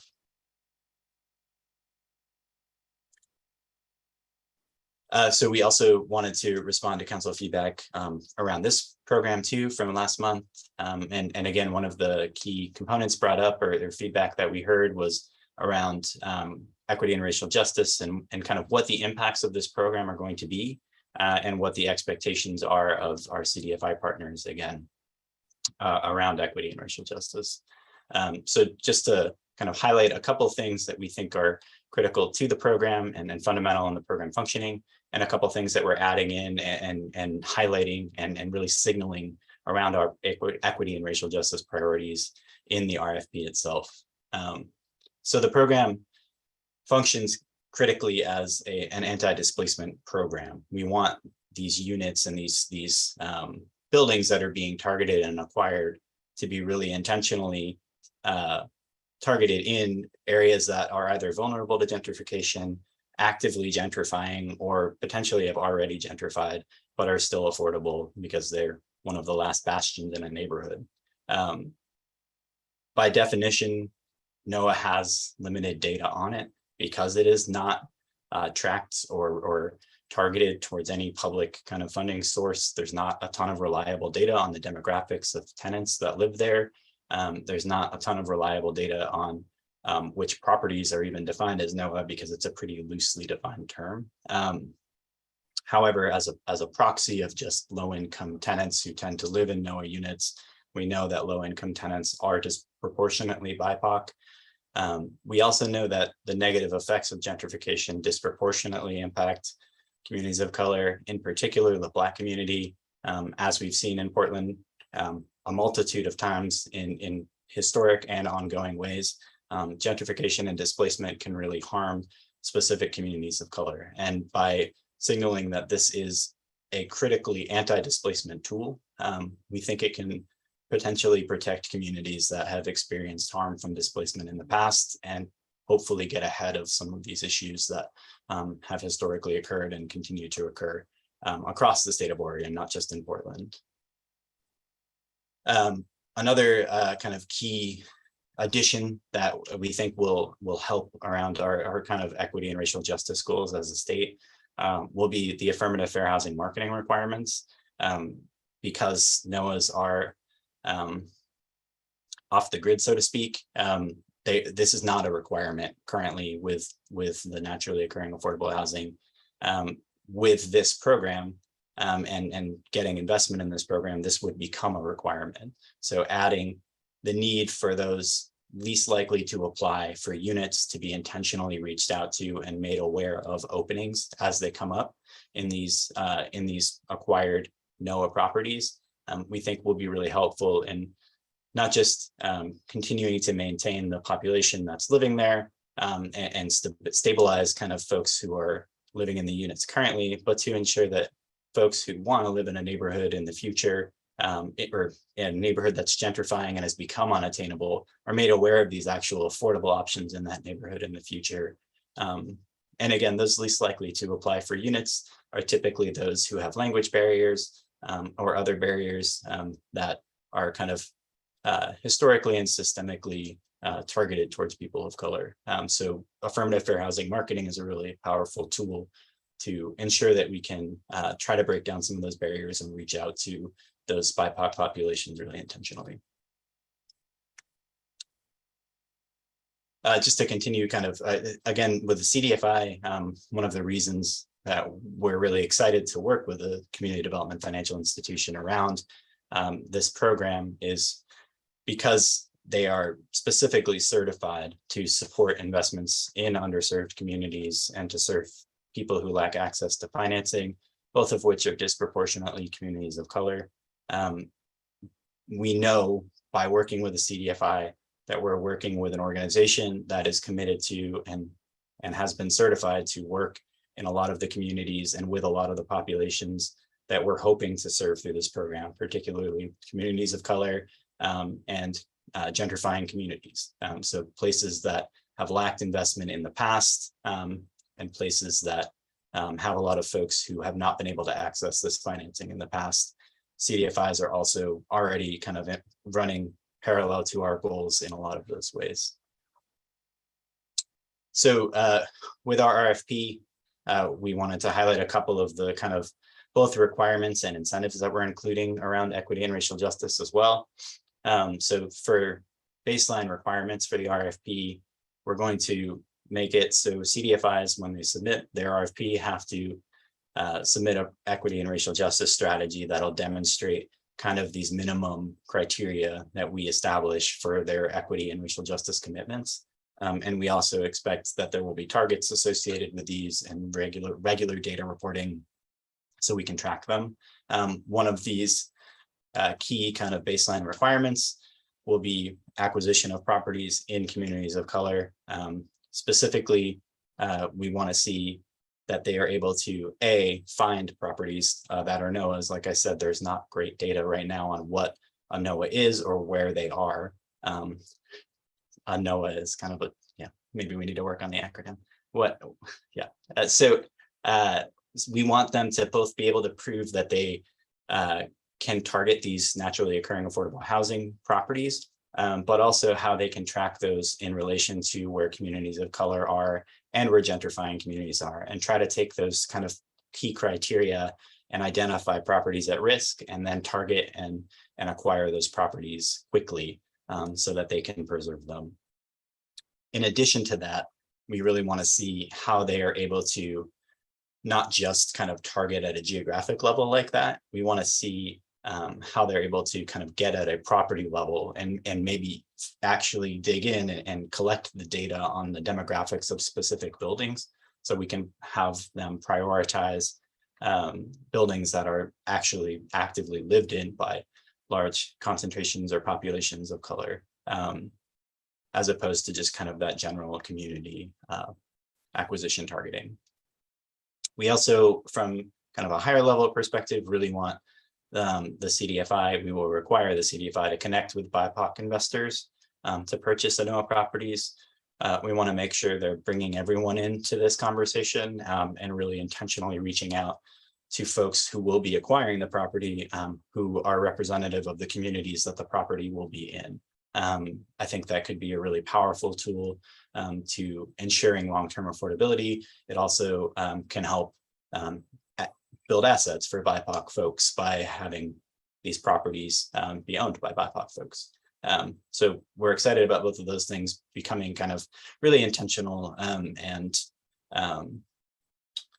signaled as key requirements for folks to apply. We also have kind of scoring incentives where we want to see above and beyond that, what can these CDFIs tell us they can do that will serve communities of color in a creative way that maybe we're not thinking about, or that they're already doing potentially. Again, they're already working in a lot of these neighborhoods, so potentially they have efforts that are ongoing that they can connect to or something along those lines. One thing we want to see that creative kind of brainstorming from them. A couple ideas and things that we're going to suggest as high scoring criteria, or things that would definitely garner significant number of points that would make them more competitive in this offering. One would be community collaboration. We want to see how they're working with culturally specific organizations and or BIPOC tenants themselves to identify these properties that are at risk, whether there are ones that are particularly important or meaningful or significant for people of color in that neighborhood, or potentially just lived in by a large concentration of folks of color. We really want to have, like, it'd be great if they had that connection on the ground where they could have those folks identifying those properties for them. We understand that across the state that'll be challenging, but we think that having this as a scoring incentive will really incentivize folks to look into creating those connections if they don't exist already, and really going the next step of bringing everyone into that conversation and into this program. Similarly, we want them to bring folks into the conversation around how this can work long term. And we want, again, the CDFI to be creative around what this looks like around asset and wealth building. We know this could look different property to property, it could look different tenant to tenant, but we want some type of strategy around how they could long-term support these tenants through either something like ownership of the unit long-term, or just connection to an IDA program, or maybe it looks like some type of educational or business development initiative or something along those lines. We want them to be creative and let us know kind of what they're capable of doing, and we'll score them accordingly. With that, we'll talk about more of the council feedback from last month. Trinity is going to take over from here, though. Thanks, Thank Trinity. you, Mitch. And hello again, everybody. So last meeting, we received feedback from council on the desire to have a longer affordability period. And as a reminder, in our draft framework, we had proposed a 15-year affordability target. So based on your feedback, we are moving that target to 30 years. But I did want to give a little bit of background about why we landed on 15 years and just provide some things to think about. So as mentioned before, the Greater Minnesota Housing Fund model was the model that we used for our framework. And in that model, there was a 15-year affordability period. When we talked with the Greater Minnesota Housing Fund, we asked a lot of questions about their affordability period and if they could have extended it. And their answer was mostly around the design of their fund and their real estate market. So if the affordability period went beyond 15 years, the projects didn't pencil. So just something to keep in mind. The second point I want to make is that NOAA properties are likely to have deferred maintenance. and the condition that they're in may not last 30 years without some type of significant rehabilitation.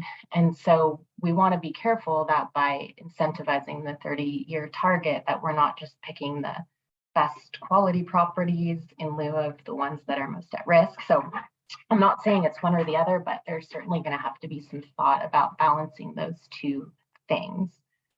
Now, having said all that, when we had conversations with our local CDFIs, they all were pointed towards trying to figure out how to lengthen the affordability. And at that time, we were talking about 15 years, but I think they were considering 30 years. So in general, we're pretty optimistic that potentially in the Oregon market and with our local CDFIs and their ways to leverage their dollars, that we could reach that target.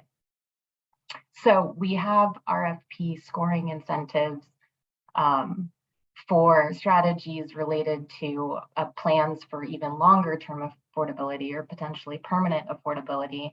And we also have scoring incentives for strategies around enhanced rehabilitation options where fiscally possible. So something that's beyond that light touch rehabilitation that is going to be included in the ability to use those ANOA dollars. Having said that, I want to close with, we want to allow CDFIs to, creatively propose their ideas, and we do want to be open to what they think regarding they think affordability period would work and what would work and why, basically. Next slide, Mitch. All right. Oh, so another comment that y'all made was whether or not the ANOA program would have any connection to OHCS processes and funding. And so any project with ANOA dollars would be integrated into the public supported housing preservation push process. And this process requires owners of these properties, or would require owners of these properties, to notify OHCS on their intent to preserve or not preserve the properties at the sunset of affordability restrictions. And then OHCS could likely intervene or help. So this will allow OHCS and our partners to track these properties better and to plan for risk of loss in the future. And it may also be that some additional resources could be linked to this push process in the future. So as we track these projects, we are committed to finding potential connections to OHCS funding resources, and we'll keep that in mind as we continue on with our programs and as we receive other funding. Next slide. So our timeline goals are as follows. We're in the middle of writing the RFP right now, hoping to be done soon. And ideally, we could release the RFP mid to late September. And after review and all of that, after we receive proposals, hopefully we could launch this fund late January. So we have a motion, and that's for the approval to initiate an RFP to create the acquisition of naturally occurring affordable housing ANOA program. That's all I have, and thank you. Any questions or comments from the council? Councilmember Lee. Thank you, Chair Hall. Thank you, Mitch and Trinity, for the thoughtfulness again and the centering of racial justice and equity in your project. It, I think, is really an example that we can all learn from. Absolutely in support of this motion, and related to that, I think our questions or our work now pivots to, what does accountability look like? You've articulated a lot of really great strategies, priorities, way we're going to assess these projects, and then we're going to let folks go off and be in an innovative world where they're going to, do things they haven't done before. We're going to do things we haven't done before. What's the loop of accountability look like for these innovative projects? And so now that you've laid this out, and hopefully once council approves, the next step I would love to see, and again, it doesn't have to be even soon, I'd love to hear how you all are planning as staff to hold the projects that are selected, once they're selected, accountable for both the actuality of what they said they were going to do and our aspirations in terms of alignment with our values. So, you know, things like people want to work with partners. Are there MOUs with partners from organizations of color, not just we're good partners and we like each other? You know, what is the demonstration and the evidence that people have followed through on the aspirations and the commitments? And this is a really exciting moment, and I really appreciate all the work and what we're going to learn. Thank you.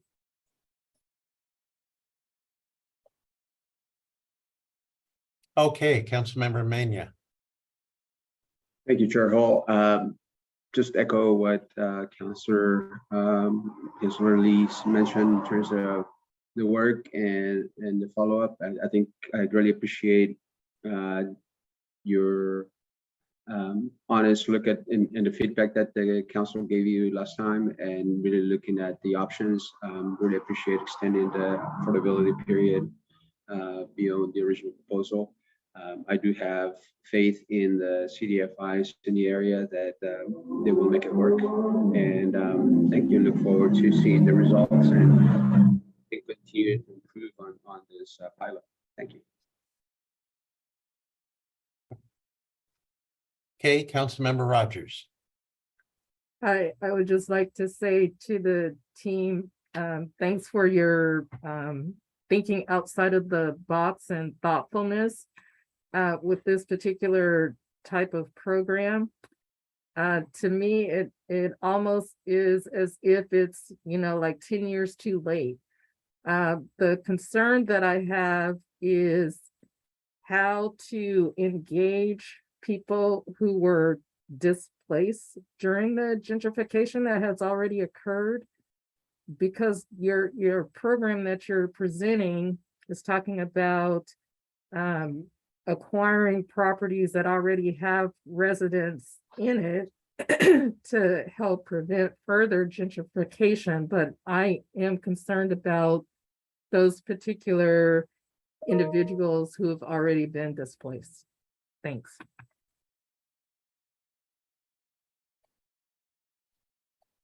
I'd just say I think that's a great point, Councilmember Rogers, and our thought around it, and it won't be significant enough to fully bring back all of the folks who've been displaced in neighborhoods, but is that affirmative fair housing marketing can be used as a tool, so that as units open up, because the primary goal is to keep tenants who are currently living in the units from being displaced. But tenants will move out. It's required to keep them affordable, especially if it's a 30-year affordability period. So tenants will move out. And as those units open up, we really want to see them outreaching to those communities that have been displaced and communities of color that do want to move back into these neighborhoods that they've acquired the property in. We want to see as far as they can go around that, but understand that this isn't the silver bullet program to make sure we can restore those neighborhoods and restore communities of color to the places that they've been displaced from. But we do think it's a great piece of the puzzle to stop the bleeding, so to speak, and potentially start to bring some folks back in, at least that really are targeting it.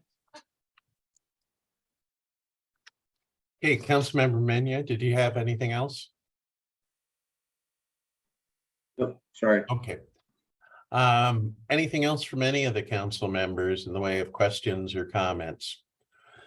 Then I believe we would be ready for the motion on page 170 of the packet, and also right here on the screen. Who would be willing to make this motion? So moved. Thank you. Is there a second? Second. Okay, let's go to the roll call now, please. Thank you, Chair Hall. Councilmember DeFontorum. Yes. Councilmember Farrell. Yes. Chair Hall. Yes. Councilmember Lee. Yes. Councilmember Mena. Yes. Councilmember Rogers. Yes. Councilmember Sandoval. Yes. Thank you. Motion passes. Thanks, everyone. And now the last item from the Affordable Rental Housing Division, the 4% LIHTC programmatic update recommendation. Absolutely. Thank you, Chair Hall, Council. This is the last of us here today.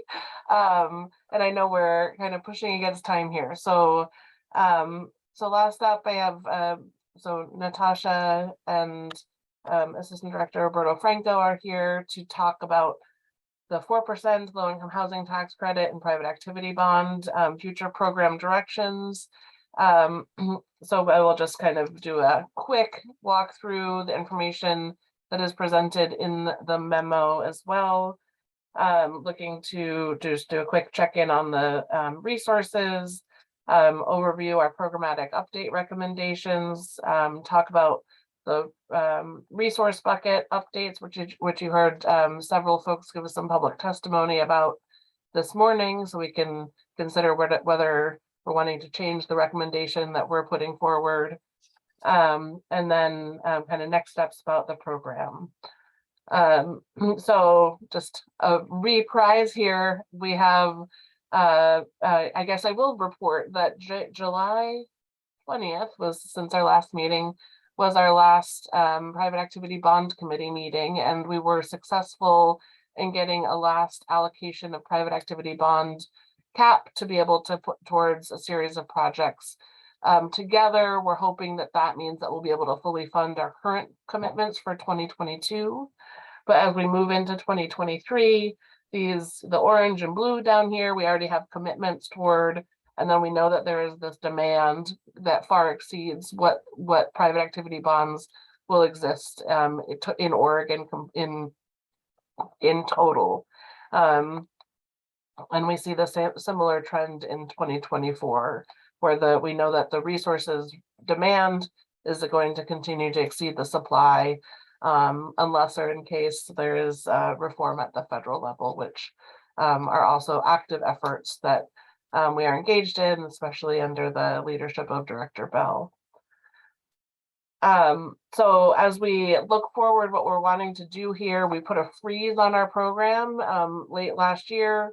We want to figure out a way to unfreeze it. So we're proposing an unfreeze under a new programmatic lens, which would include incorporating a 60-year affordability period for all 4% tax credit funded projects. Kind of part of all of our resources, our grants and our loan resources to date have generally 60-year affordability associated. The only exception has, aside from LIFT, which has its different kind of iterative funding path associated with those Q bonds, that gets tricky. But 4% tax credit projects otherwise have been allowed to stay at 30 years. Now that this is a constricted resource, we're saying we get to up the bar there and move it to 60 years as well. I talked about this earlier when we were looking through our 4% transactions this morning, but we're also intending to add specific language to our qualified allocation plan to increase the minimum standard around equity and racial justice in our 4% tax credit program. There's a lot that's layered in there around the 9% program. I want to extend more of that into the 4% program. Including, the idea of including culturally specific partners and both project operations as well as project ownerships, but also other innovative strategies and that would extend, wanting to look to projects to do things like extend opportunity for ownership or resources to really change the economic dial on equity and racial justice for BIPOC-led organizations or people. We also want to prioritize readiness to proceed in performance, balancing that with intentional resources to support small and culturally specific development organizations. And so I think, and to that end, we talked about the idea of putting together a pre-development loan program, expanding or reinvigorating our existing loan guarantee program that helps to extend capital access to resources for those without perhaps the balance sheet to carry it on their own. And we have our existing land acquisition program. So thinking of those three components as ways to foster the ability for small and culturally specific organizations that don't have their own resources to come through to fund those types of pre-development activities to be ready to get those underway in the near term. And then we get to the programmatic buckets that we have put forward around our private activity bonds. When we introduced this to you last month, we indicated a 70%, 30% split. As we detailed in our memo, we did, go back to reevaluate where that was, where that came from.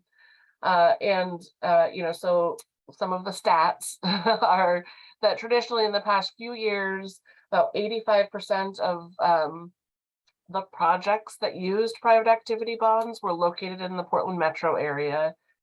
67% of the private activity bonds themselves, of the dollars, were associated with Portland metro. So it's the past 3 years when largely Lyft would have been an active concern and metro bonds were an emerging concern.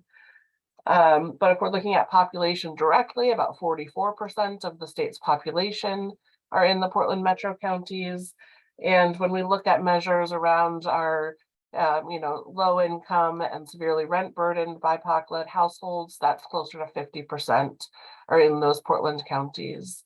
So that 70% was really based largely on the history of this program itself. The 4% program does work better where there's economies of scale, and that means generally those are larger projects that can leverage the credit a little bit more easily. We have in the state overcome a barrier to access that in rural Oregon by using Lyft resources. That's been a powerful tool for expanding the use of 4% tax credit statewide. And even still, it is the case that these resources have been over time really more utilized in the urban areas, in particular the Portland metro areas. Definitely heard from council last month the concern about dedicating 70% off the top to the metro counties. We have shifted that down a bit here to 65% versus 30% to the balance of state. And we heard this morning from several partners and interested parties in really pushing toward reconstituting that to 70%. So curious for Housing Stability Council feedback on that as we look to deploy these resources. The way that this would work is that we have those 2 buckets of resources like set aside of these, of when we ascertain what available private activity bonds we have to commit, we would put them into those 2 buckets. And then in the order of project selection, as understood, we have created we have a formalized agreement with the housing authorities of Oregon to prioritize housing authority owned projects. Housing authorities had previously have always been able to request private activity bonds directly from the committee. So there was a really important reason as both housing providers and public entities statewide or under the housing umbrella for us to coordinate and have a shared pipeline strategy with the housing authorities. So excited about that partnership to allow us to speak with a united voice and a united pipeline. We would then secondly look to add into the queue any projects with significant local funds. And so that in the case of Portland Metro bonds would include Portland Metro bond funded projects.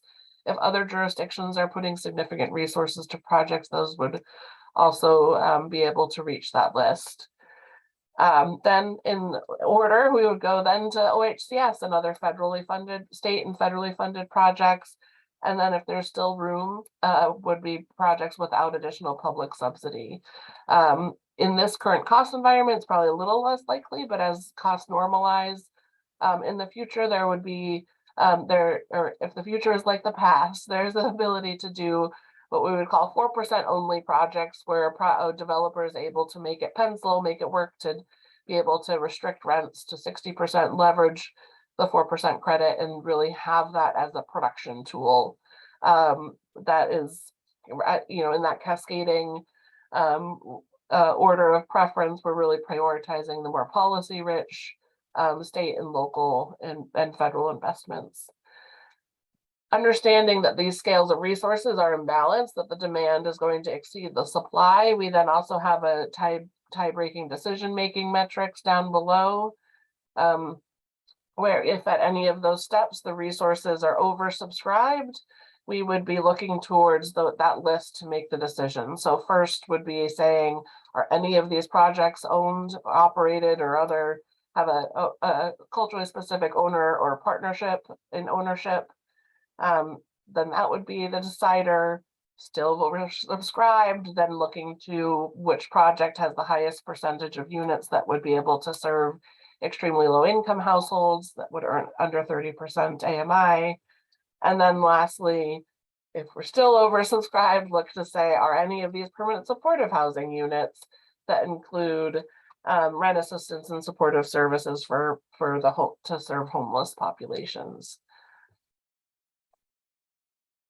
We then talked about the 9% consideration. We have authority in our current qualified allocation plan to make a pivot based on this economic situation that we are within. And so we're proposing that we would use 1 year of 9% low-income housing tax credit to use in lieu of private activity bonds for a series of projects.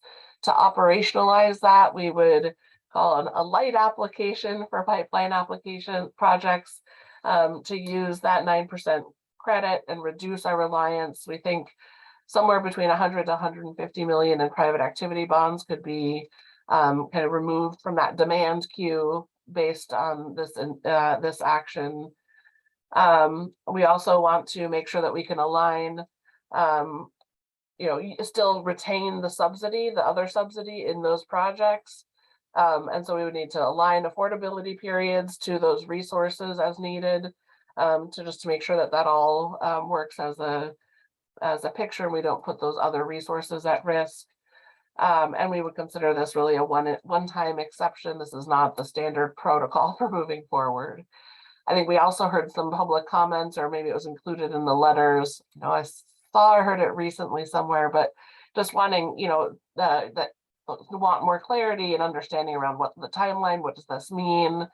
We've kind of put together this graphic to try to display how that will roll out, but certainly if approved today, one of the next key messages we'll need to be putting out is really clear and crisp timelines for when is it we're going to be accepting applications for the 4% pipeline. When is it that we will be looking to use this 9% solution? And the answer to both of those questions is that in the last, by the end of this calendar year, we would be looking to deploy that application and get that pipeline built out, but that we would be providing notice. I guess I didn't mention, we did have another public engagement on July 20th to really talk through, and those details of the timeline were really incredibly important. And in fact, gathered direct emails so I could send direct notices to folks that were worried they might miss a technical advisory. So we're trying to make sure everybody has the information that they need in a timeline that will work. So with all of that considered, this kind of builds a lengthy motion. We are the first of which is that we would be incorporating this into our qualified allocation plan. I think somewhere in the memo, I indicated that we would finalize that QAP by the end of 2023. I meant by end of 2022. So the idea is that we would be drafting this language into our QAP, put it out for official public comment, and bring it back to Housing Stability Council to finalize before the end of this calendar year. We would then at number 2 and 3 are the pieces of incorporating the 9% strategy to be able to do that resource replacement with the 4% and the PAB with a series of 9% and align affordability period and other programmatic aspects to be able to make that successful with the current gap subsidy that are in those projects. And we'd update our funding calendar, provide clarity around timelines to be able to make sure that everybody has understanding and expectations around that. And then lastly, and really critically, would commit to or work toward, I guess commit and work towards updating that loan guarantee program by the beginning of next year. And then launch the updated to the pre-development program in 2023, both of which would be specifically intended towards providing support to small and culturally specific development organizations and meeting these changed expectations around readiness. And so I think with that, if you have open to any questions that you might have. Questions or suggestions from the council? Councilmember Rogers. This is quite a mouthful of things to consider all at once, but I would like to go back to the programmatic updates where one of the items was to extend 60-year affordability. I am all in as far as having that be a target. However, I would like to see something added about making sure deferred maintenance isn't just left to be out there, because if someone were just to say, okay, well, I'm going to make it be 60 years and they don't do anything to update the units along the way, then I don't think we're doing our job, because that's not a safe, affordable housing option for someone in the distant future. And going to the discussion about the split for the PAB, going from 65 to 35. Is it possible to possibly create another bucket and have it be 5% so that if one of the projects in Portland Metro needed additional funding, they could tap into that? Or are we just married to just having 2 resource buckets for PAB? Thank you. Thank you so much, Councilmember Rogers. Those are great points and questions. So I think we have in terms of when you need that additional private activity bond, as you reach the threshold, the thought is to hold 10% as contingent. So if a project thinks they need $1 million in PAB, we would hold 10% in addition to be able to make sure that they could make it to be whole as they approach that closing line. And so I think that is a mechanism versus having a separate pool. I think also tying that to readiness. So if they come and they need $1 million when they apply and they end up needing 10 million, then maybe they didn't quite have the same project when they applied. So wanting to kind of do that within a reasons, that was that 10% cushion. And then on the maintenance of projects, I think that's also incredibly important. We do have an asset management group that follows project. We have a compliance group that does both physical and file inspection. And so as projects have rehab needs over time, those are identified and connecting with the asset management group. They do have reserve accounts that they're building to be able to address maintenance issues, but it is also the case that over time, some projects struggle with that. There might be unanticipated problems or need for rehab. And so we do see that projects in that circumstance sometimes will come back through a preservation offering to do a recapitalization and a rehabilitation. And so it's a kind of think of it as a risk of loss from physical condition. If you're kind of reaching that point where habitability is a risk. And then the functioning of that 60 years is really in some ways to ensure that that either it goes just that 60 years and they're able to operate it by themselves, or that within that 60 years, you kind of redouble down on your affordability period to try to get the longest, almost permanency of affordability as you possibly can.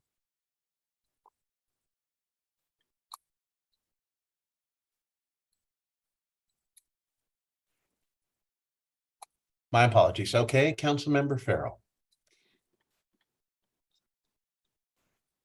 Thanks, and I'll be quick because I know time is precious at this point. But I just want to say that I really appreciate the adjustment from the 70% to the 65% for the metro area, and to recognize that making sure there's resources for appropriately balancing the rural and the very rural communities is acknowledged. And so thank you for doing that and making that adjustment.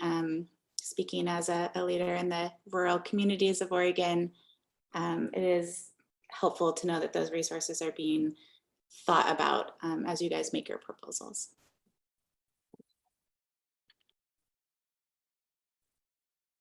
Thank you, Councilmember Mena. Thank you, Chair Hall. I guess my comment is a little opposite to that in terms of looking at the historical use of the PAB. I think that that's not an accurate evaluation. Typically, metro projects have tried to avoid using PB when going for 4% tax credits, and so it's there's a lot of need throughout the state. Completely understand the need in rural areas. It's not an easy decision to make. It doesn't matter how you cut it. There's a shortfall everywhere we go. So, but I just wanted to point that out. I don't think that's an accurate analysis in terms of looking at historical use versus what could be used as well. So, thank you.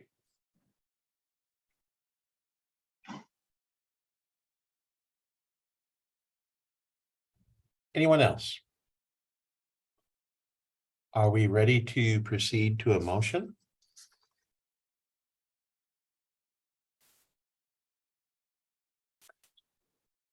Yeah, okay.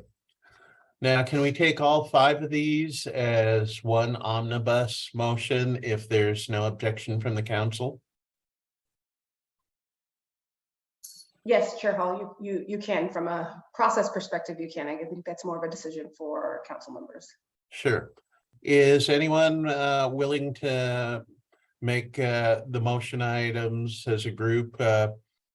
They're shown on screen right now. I'll make the motion. Thank you, Councilmember Farrell. And a second? I second. Councilmember Rogers, thank you. And if we could have the roll call now. Thank you, Chair Hall. Councilmember DeFantorum. Yes. Councilmember Farrell. Yes. Chair Hall. Yes. For the record, Councilmember Lee had to exit the meeting. Councilmember Mena. Yes. Councilmember Rogers. Yes. Councilmember Sandoval. Yes. Thank you. Motion passes. And I believe that brings us to the conclusion of a very busy section of the agenda. And we just briefly ought to call the council's attention. I'm sure everybody looked at the packet, but there is a reference menu for review, not discussion, regarding the market cost offset fund. All right, thank you. Now we will move on to the homeownership division. Director Perfecto. Chair Hall, this is Kim Freeman, Assistant Director to Homeownership Programs. Director Perfecto will not be joining us this afternoon. Okay, the floor is yours. Thank you, Chair Hall. Council members, Director Bell, again, for the record, my name is Kim Freeman. I'm the Assistant Director to Homeownership Programs. And I'm here today to seek consent approval for 2 Oregon bond residential loan files. Those are in your packet, and we start on page 184. So our first borrower, which is loan number 1 on our memo, is a male borrower who has identified as non-Hispanic. Loan number 2 has 2 borrowers, both a male and a female, and they both have identified as Hispanic. Again, for the record as well, both of these loans meet all of our programmatic guidelines. They are coming to you today because they are at the 95% of our purchase price limit. And so for that, they do need to seek your consent. But other than that, they meet all of our programmatic guidelines and they're already reside in their homes. So Great. Any questions from the council? Councilmember Farrell, your hand's up. Oh, okay. Councilmember Mena. Yes, I guess my question is if the loan was already done, why are we approving it now and not before the loan was done? So our process for the Oregon Bond Residential Loan Program is that these loans are funded in the name of our lender. So they come to us for programmatic review. So the homeowner, it's already a closed transaction. The borrower is moved in. It's coming to you for consent before we actually purchase to reimburse the lender. But what if, for whatever reason, I'm not saying that we would this case, but there is a disagreement from council and they say we don't agree with recommendations. Councilmember Mena, that's a great question. I've been here 10 years. I've never had that question, honestly. And so this is how it has been done in the past, but I'm happy to take it back and have further conversation internally with Director Provecto as well. I understand your question totally. So I think honestly, because it's purchased in the name and funded in our lender's name, it's already a completed transaction. So I don't know how we would ever stop the transaction from happening to get council approval. Yeah, it doesn't make sense to me, but that would be great if we can get some clarification. Sure, of course. All right. Anything else from the council, or are we ready for a motion to approve these two loans? Oh, I'm sorry, Councilmember Rogers. Thank you, Chair. So I am in agreement with Council Member Mena in that they've already moved into the home. And so basically we're just consenting to say yes. So why do we need to go through that process? So excuse me, one, do the instructions or the procedures need to be updated? Because you started off by saying because it's at the 95% value that it needs to come to us. But as Councilmember Mena stated, if we say, well, no, we don't want to do it, there's not really any recourse, because how would that look with us kicking somebody out of the house they've already moved into?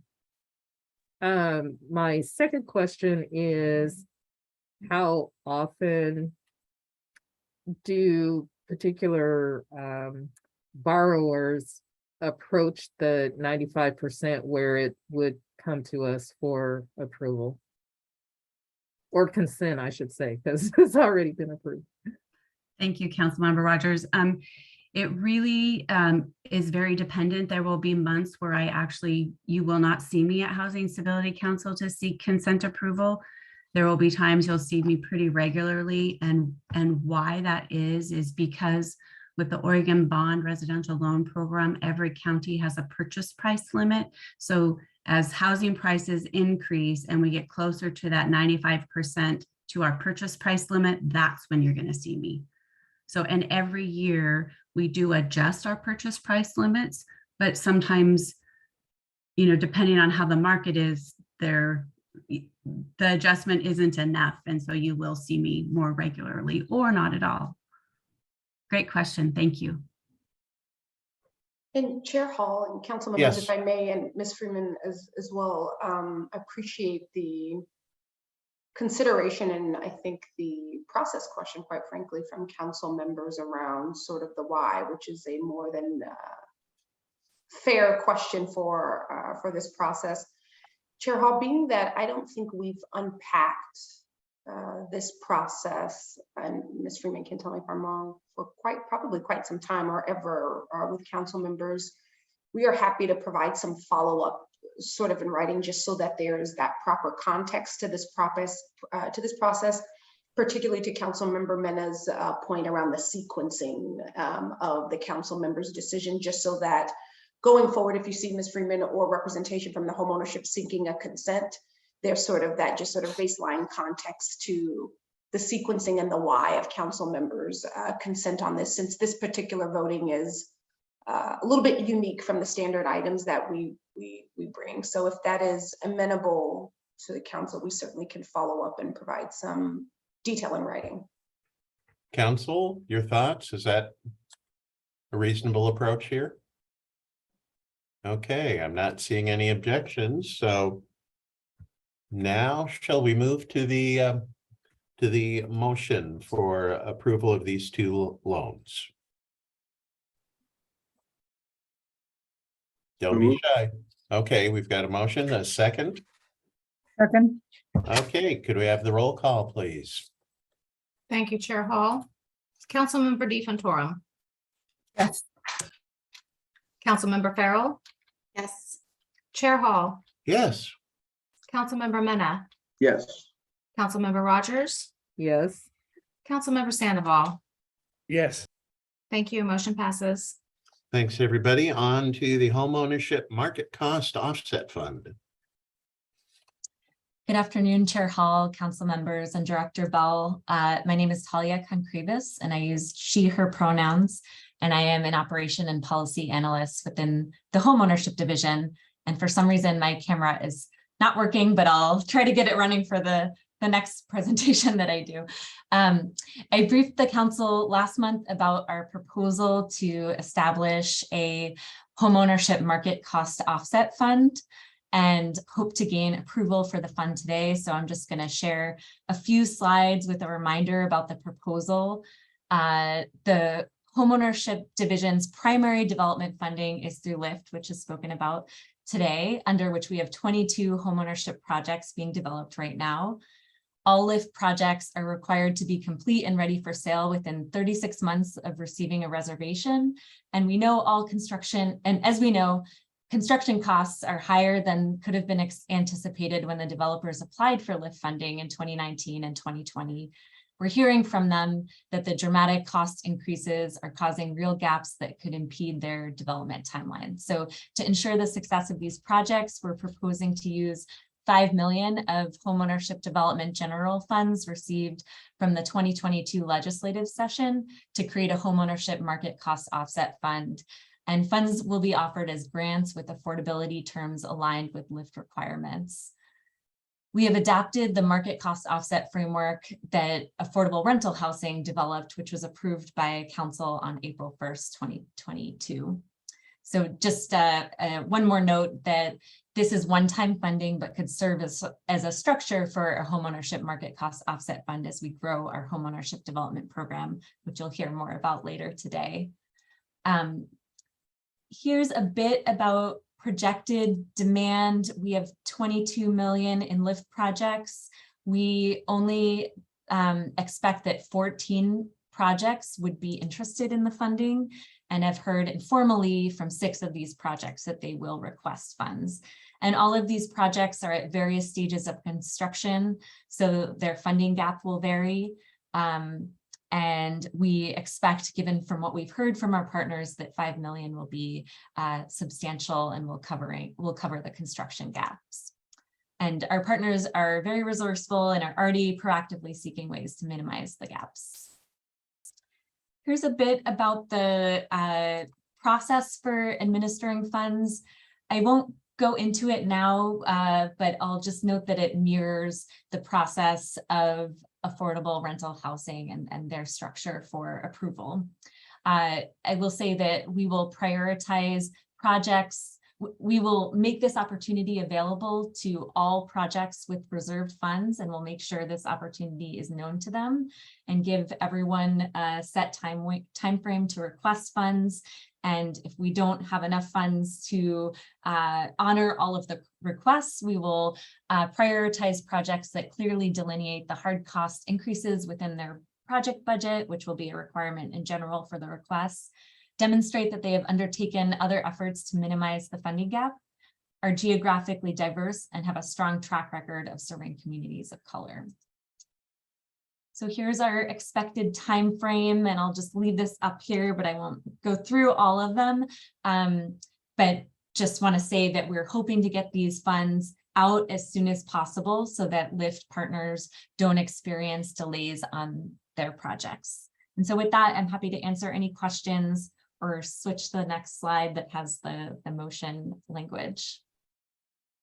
Any questions from the council? Well, then let's move on to the next slide with the language for the proposed motion. Would someone, when you're ready, please actually make this motion? So move. Is there a second, please? I'll second.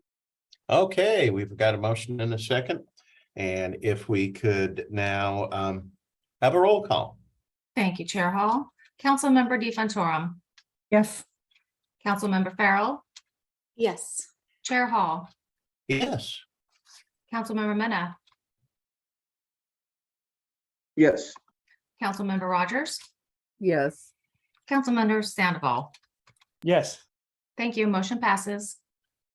Okay, thanks all. And am I reading the packet correctly? That's our last decision item, but we do have a couple of more briefings. That's correct, Chair Hall. Okay, let's move forward with those.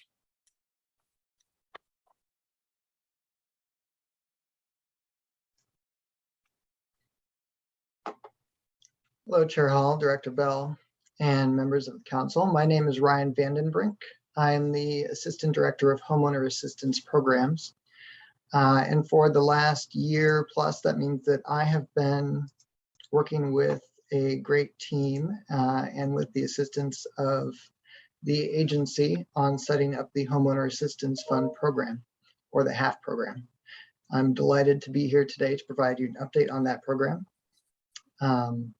And I will also generally talk about some work that we've been doing for foreclosure prevention, including a statewide media campaign.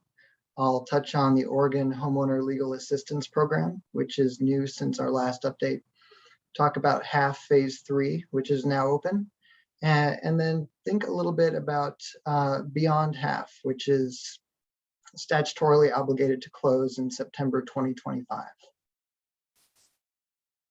So since the last HAF update, the agency has embarked on numerous activities to provide information and support for homeowners that are or may become delinquent in their mortgages.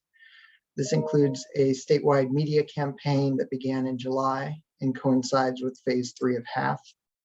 That campaign is using targeted radio, print, social media, and web display ads, focusing on populations that are traditionally underserved or less able to recover, especially rural, Spanish-speaking, and elderly Black homeowners. The agency has helped to develop a website, phone support for homeowners, and infographics to educate homeowners on both the judicial and non-judicial foreclosure processes in Oregon. Our legal services grantee, the Oregon Homeowner Legal Assistance Project, has provided 2 half-day trainings to Oregon housing counselors on mortgages, foreclosures, and common issues in foreclosure prevention. Later on, they conducted a 1.5-day continuing education seminar to educate both counselors and attorneys on foreclosures and foreclosure prevention. The last seminar of this type and scale occurred at the beginning of the Great Recession housing crisis. What you see on your screen now is 2 social media ads for the Oregon Homeowner Help website and statewide media campaign, as well as a snippet of one of the 2 pages of the non-judicial foreclosure infograph. This snippet focuses on the timeline and steps of a typical non-judicial foreclosure and includes other aspects like some CFPB regulatory requirements, as well as the Oregon Foreclosure Avoidance Program. The emphasis of the Oregon Homeowner Help website and statewide media campaign is really twofold. One, to direct homeowners that are concerned about but are not in foreclosure to housing counselors for free advice and advocacy on their particular situation. And we can't emphasize this enough because it's really important that homeowners who may not understand these processes or complexities find somebody that can help them and provide individual advice. The second purpose is to direct homeowners who are in foreclosure to the Oregon Homeowner Legal Assistance Project, which provides free or reduced cost legal services, as well as direct them to the HAF program itself for direct financial assistance. A little bit more about the Oregon Homeowner Legal Assistance Program. It provides for direct representation of homeowners. It has statewide reach. And by direct representation, I mean anything from representation in foreclosure litigation to helping a homeowner understand what a modification agreement really means, so that when they come out of delinquency or default, they understand what their obligations are going forward. They understand the impacts of a restructured loan, and it's really there to support homeowners. In addition to direct representation, this effort is coordinating and supporting a statewide network of private attorneys. So if a homeowner doesn't qualify for the program itself for income or pandemic-related reasons, they may qualify for a referral to another attorney who has experience in foreclosure prevention. Since the last council update, phase 3 of HAF is now open to serve homeowners who are traditionally underserved, who are less able to recover, and those who need additional assistance with applications. Of the group on the bottom there, one that I left out is homeowners who were displaced due to property destruction from a state recognized natural disaster. So we're able to help homeowners who were displaced from the wildfires or floods that occurred around the time of the pandemic. Homeowners in foreclosure remain our top priority. They may apply at any time, and we do our best to fast track those time-sensitive applications. We've had great success in postponing many foreclosure sale dates using both HAF servicer connections and help from the Division of Financial Regulation. I'm very pleased with the support the HAF program has received from OHCS, from other state agencies, and from other governments in Oregon. As an update to the written materials, which provided an update on our phase 3 applications, we're up to 860 applications that have been started in phase 3. We estimate that 198 of those 860 applications are SDI homeowners. That's 23%. And so of the 860 applications that have been started, 442 have been officially submitted. So they meet the minimum requirements, and the homeowner or the counselor has hit the submit button and they're in a further stage processing. So of those 442, about 148 or 33% are SDI households. And as discussed in prior updates, SDI stands for socially disadvantaged individual. It is a US Treasury defined term. It includes racial and ethnic minority homeowners, tribal members, limited English proficiency homeowners, and majority minority census tract residents. So while I'm bringing you great news on the HAF program, the agency is also thinking long-term, especially with the end or spend down of HAF coming in the next few years. When HAF is no longer there or has run out of funds, there will be no statewide safety net for Oregon homeowners who are facing temporary setbacks or difficulties, not to mention resiliency for economy-wide or disaster situations. A permanent mortgage relief program was requested as part of the 5-year statewide housing plan, which we're halfway through, and as a strong recommendation in all of the agency's stakeholder engagement work. OHCS works hard to help families achieve homeownership.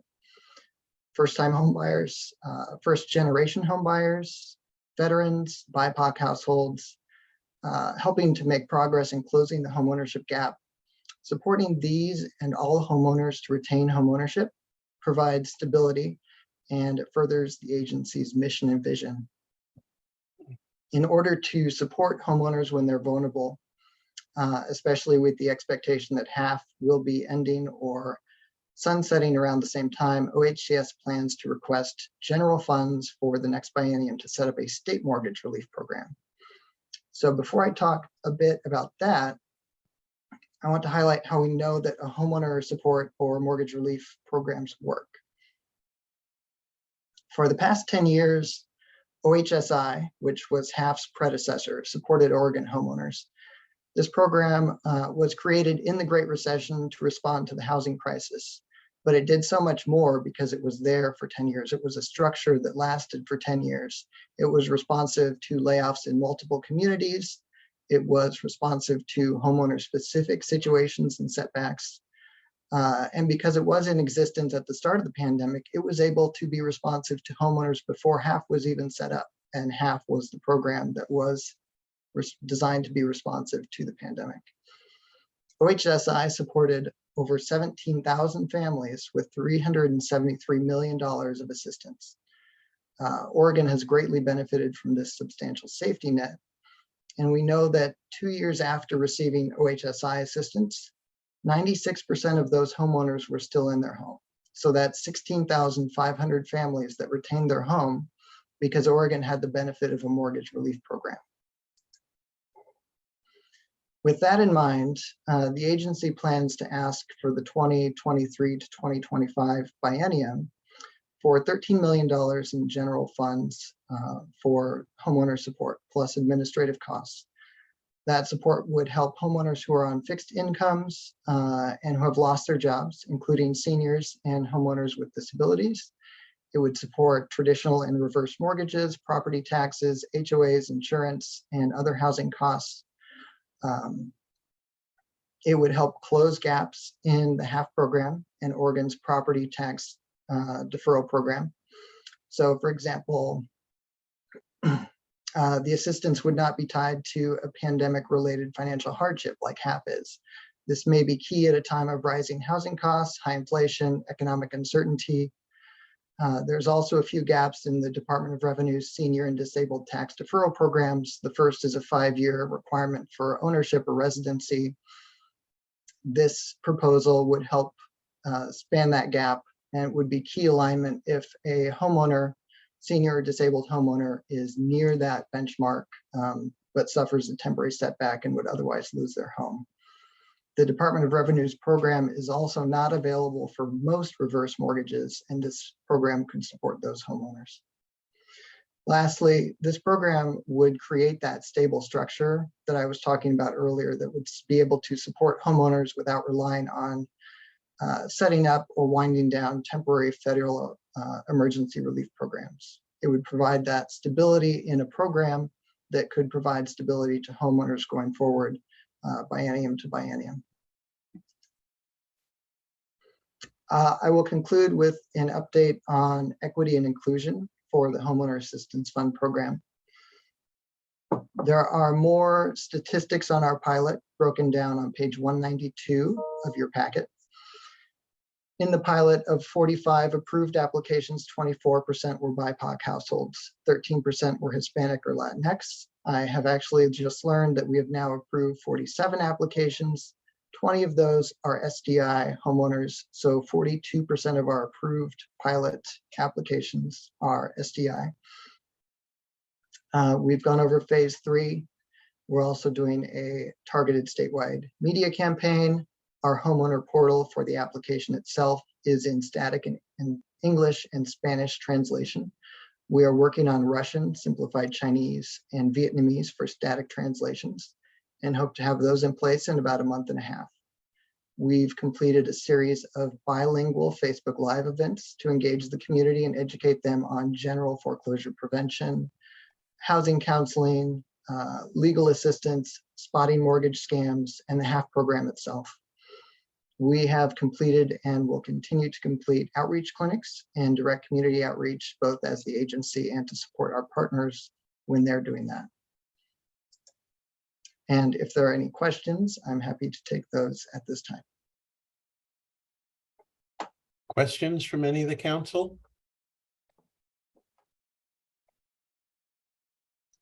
I guess there aren't any, so we'll say thank you for that presentation. All right, thank you, Chair Hall. You bet. And move on now to homeownership development framework. Thank you, Chair Hall, and thanks for having me back again, Chair Hall, council members, and Director Bell. For the record, my name is Talia Concrevis, Operations and Policy Analyst with the Homeownership Division. Thanks for making it through this marathon meeting to the last agenda item. I'm very pleased to share with you our new homeownership development framework, which seeks to create a robust homeownership development program that allows us to address the need for affordable and accessible homeownership opportunities across the state. And so this framework signals just the start of that. To kick us off, we know that Oregon has vastly underbuilt housing, particularly for those with low incomes. We heard about that earlier in the meeting. I won't belabor that, but we do need to do more to build all types of housing, including diverse models of homes for purchase. Right now, OHCS's only funding mechanism for homeownership development is LIFT, which is making a strong impact, but due to bond constraints, it only supports community land trusts, which is one model among many for homeownership. The good news is that we have an initial pool of $40 million in flexible funding to start addressing the need in new ways. Additionally, as we engage developers across the state, we know there's an appetite to build more if financial resources can help subsidize the cost of selling homes below market rate. We recently surveyed some developers, and 18 respondents projected that with enough funding that was flexible to meet their community needs, they would collectively build 400 homes in the next year, as opposed to 100 from the previous year. In order to develop this framework and to get to a point where we were ready to put things on paper, we met with a diverse range of developers and partners, held listening sessions, gathered feedback through surveys, and met with staff from other housing finance agencies that offer homeownership development funding. Among many things, we heard a need to support developers at all stages of the development process, including pre-development, a need for homes conducive to multi-generational households, funding that works for different microeconomies and geographies across the state, and more. From there, we've developed this framework and see this as an initial draft. We've already started receiving community feedback on the framework and fully expect to make more revisions as we hear from council members and other community members before we come back to council again. So the program goals are to create new affordable homes that respond to local housing needs and are accessible to first-generation homebuyers, communities of color, members of tribal nations, individuals with disabilities, and residents of rural communities. More specifically, we hope to incentivize homeownership development in rural areas, as we heard that's a challenge with the LIFT program earlier today, and foster greater density in urban areas. We hope to spur construction of diverse and innovative housing types that meet the needs of local communities, provide Oregonians with the opportunities to maintain homeownership and build generational wealth. We also want to broaden the pool of developers that OHCS is working with. So we want to do that by increasing the capacity of emerging developers and culturally specific developers and tribal housing development organizations so they can access OHCS funding in the future and engage in homeownership development. And last, we want to foster climate resilient, energy efficient communities. The use of funds is laid out here. I'll just note, we've already spoken about the homeownership market cost offset fund, so we'll focus on the next three. And this shows a distribution of how we plan to use the funds. The first category is planning and technical assistance grants. The goal of this pool of funds, again, is to broaden the pot of developers working with OHCS and support culturally specific developers and smaller developers so that they can scale up their operations to build housing. Eligible use of funds include training for staff to build skills, planning efforts to get a specific project shovel ready, funding to community members so that they can be at the center of the design of the homeownership development projects, and efforts to engage culturally specific partners so that we know that homebuyers that we're targeting are ready to purchase the homes built by the applicant. We'll prioritize organizations that are culturally specific with an expertise in their community and are new to homeownership development, organizations that have homeownership development experience and need support to scale up their operations, organizations with a commitment and strong track record of serving people with a disability and rural communities, BIPOC communities, and tribal communities. And we'll create a review committee to score these applications based on those priorities. The next category is a set-aside grant fund for tribal and sovereign nations. So this grant fund will be created to ensure that these funds are accessible to the 9 federally recognized tribes in Oregon. The funds can be used for capacity building within tribal housing departments and agencies to expand efforts related to homeownership development, acquisition and rehabilitation of land or existing housing for the conversion of affordable homes for purchase, and new construction, including pre-development work. Right now, we're in the process of meeting. Our goal is to meet with all representatives from each of the 9 tribes to align the funding with their needs and priorities and ensure that the application is accessible. And we'll prioritize funding tribes that have a very clear plan for how they will use the funds to advance homeownership among their members. Last, and probably the more complicated category of these 3, the majority of the funding will be available to a broad base of developers. So I'll just note this is only category that would be eligible for for-profit and nonprofit and all of our partners that are doing homeownership development.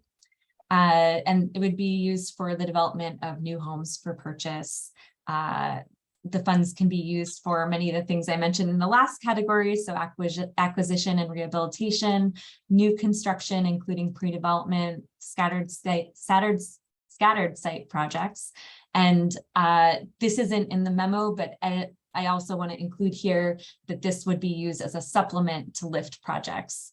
So our current framework doesn't call out the fund's interaction with LIFT, and earlier Councilmember Lee flagged that LIFT has faced challenges to supporting rural projects. So our plan is to use a portion of the funds in this category to supplement LIFT projects, particularly those in rural areas where the appraised value of the land is low, but the building costs are high. So we'd like to add that into a future iteration of this framework. The funding here would be structured as this is the structure for everything but the LIFT supplement. They would be structured as a 0 interest deferred payment construction loan with 3 parts. Up to 10% of the loan would be paid as an upfront fee to developers and forgiven upon the sale of the home. Nonprofits would receive a 10% developer fee, and for-profits would receive a 3% developer fee. Next, the developer can choose to convert a portion of the loan into down payment assistance for the home buyer with a deeper subsidy based on AMI served. The DPA would be structured as a soft, silent second mortgage that's forgivable over the course of 10 years. So this table here isn't set for how we would structure that, but it provides an example of what this could look like. Last, the remaining amount of the loan would be repaid to OHCS upon sale of the home. I just want to note here that we met yesterday with some developer partners, some which spoke at public comment today, to collect feedback on the structure, and already heard of some changes that they have requested and some preferences. So we heard that funding the difference between construction and home sales would make the biggest difference. So a model with direct per unit subsidy in the form of a forgivable loan or grant is more desirable. We heard that DPA conversion would work well for non-CLT partners, and some of the partners would like a way to pass on that DPA to the next home buyer if possible. So with that feedback, we would love to hear your thoughts and also expect to tweak this structure. I know we're getting over time, so I'll just, this is a procedure for how we would do project selection. And I would like to just share, these are some of our selection criteria, the types of projects that we'd like to prioritize. And so we do have a set aside amount based on geography, urban, mid-size urban, and rural, which you can see at the bottom of the screen. And then I won't talk about all of these, but I'm happy to go in more depth, and they're also described in the packet. Next steps, we plan to do continued community engagement. Again, we're having drop-in hours for anyone to join and share their feedback about the framework. We're hoping to meet with all members of the tribes, and we'll seek additional Housing Stability Council guidance and approval to adopt the framework. And we're working with a tight timeline of trying to put out a NOFA, a notice of funding availability for these 3 categories by January 2023, which means that it needs to be ready by November. So trying to get out these funds quickly. But with that, I will here are a few questions that we'd love to hear thoughts on if there is time. Otherwise, I can also put my email in the chat, and anyone can follow up with me as well. Thank you. Councilmember Mena. Thank you, Chair Hall. I love the program. I love everything in terms of the approach. I don't have anything in terms of negative things to say about it. It's the perfect approach. It definitely needed. I know there's a demand for there's quite a bit of qualified affordable housing homeownership home buyers that are looking for a home. They can't find a home, and so impacting the supply side of that is very, very, very important. So I love the concept. I love the innovative approach. I also love the transitioning from helping the developer or the builder build a home through very low or free advanced resources and transferring those to the home buyer through a down payment assistance. That's perfect. So I'm looking forward to it. I'm really looking forward to seeing a lot of first-time home buyers being able to capitalize from this new asset. Thank you. Thank you. Any other feedback from the council right now? Well, thank you very much for the presentation, and it looks like, council members will have opportunity for additional feedback in other forums. So again, thanks for this presentation. And I believe we're now at the close of our very busy agenda. I will ask Executive Director Bell if there's anything else for the good of the order. I think the agenda said it all today, Chair Hall. Thank you very much. Okay, thank you all. And until September, can't believe we're looking at September already, but we are. Until September, we're in adjournment. Thank you all.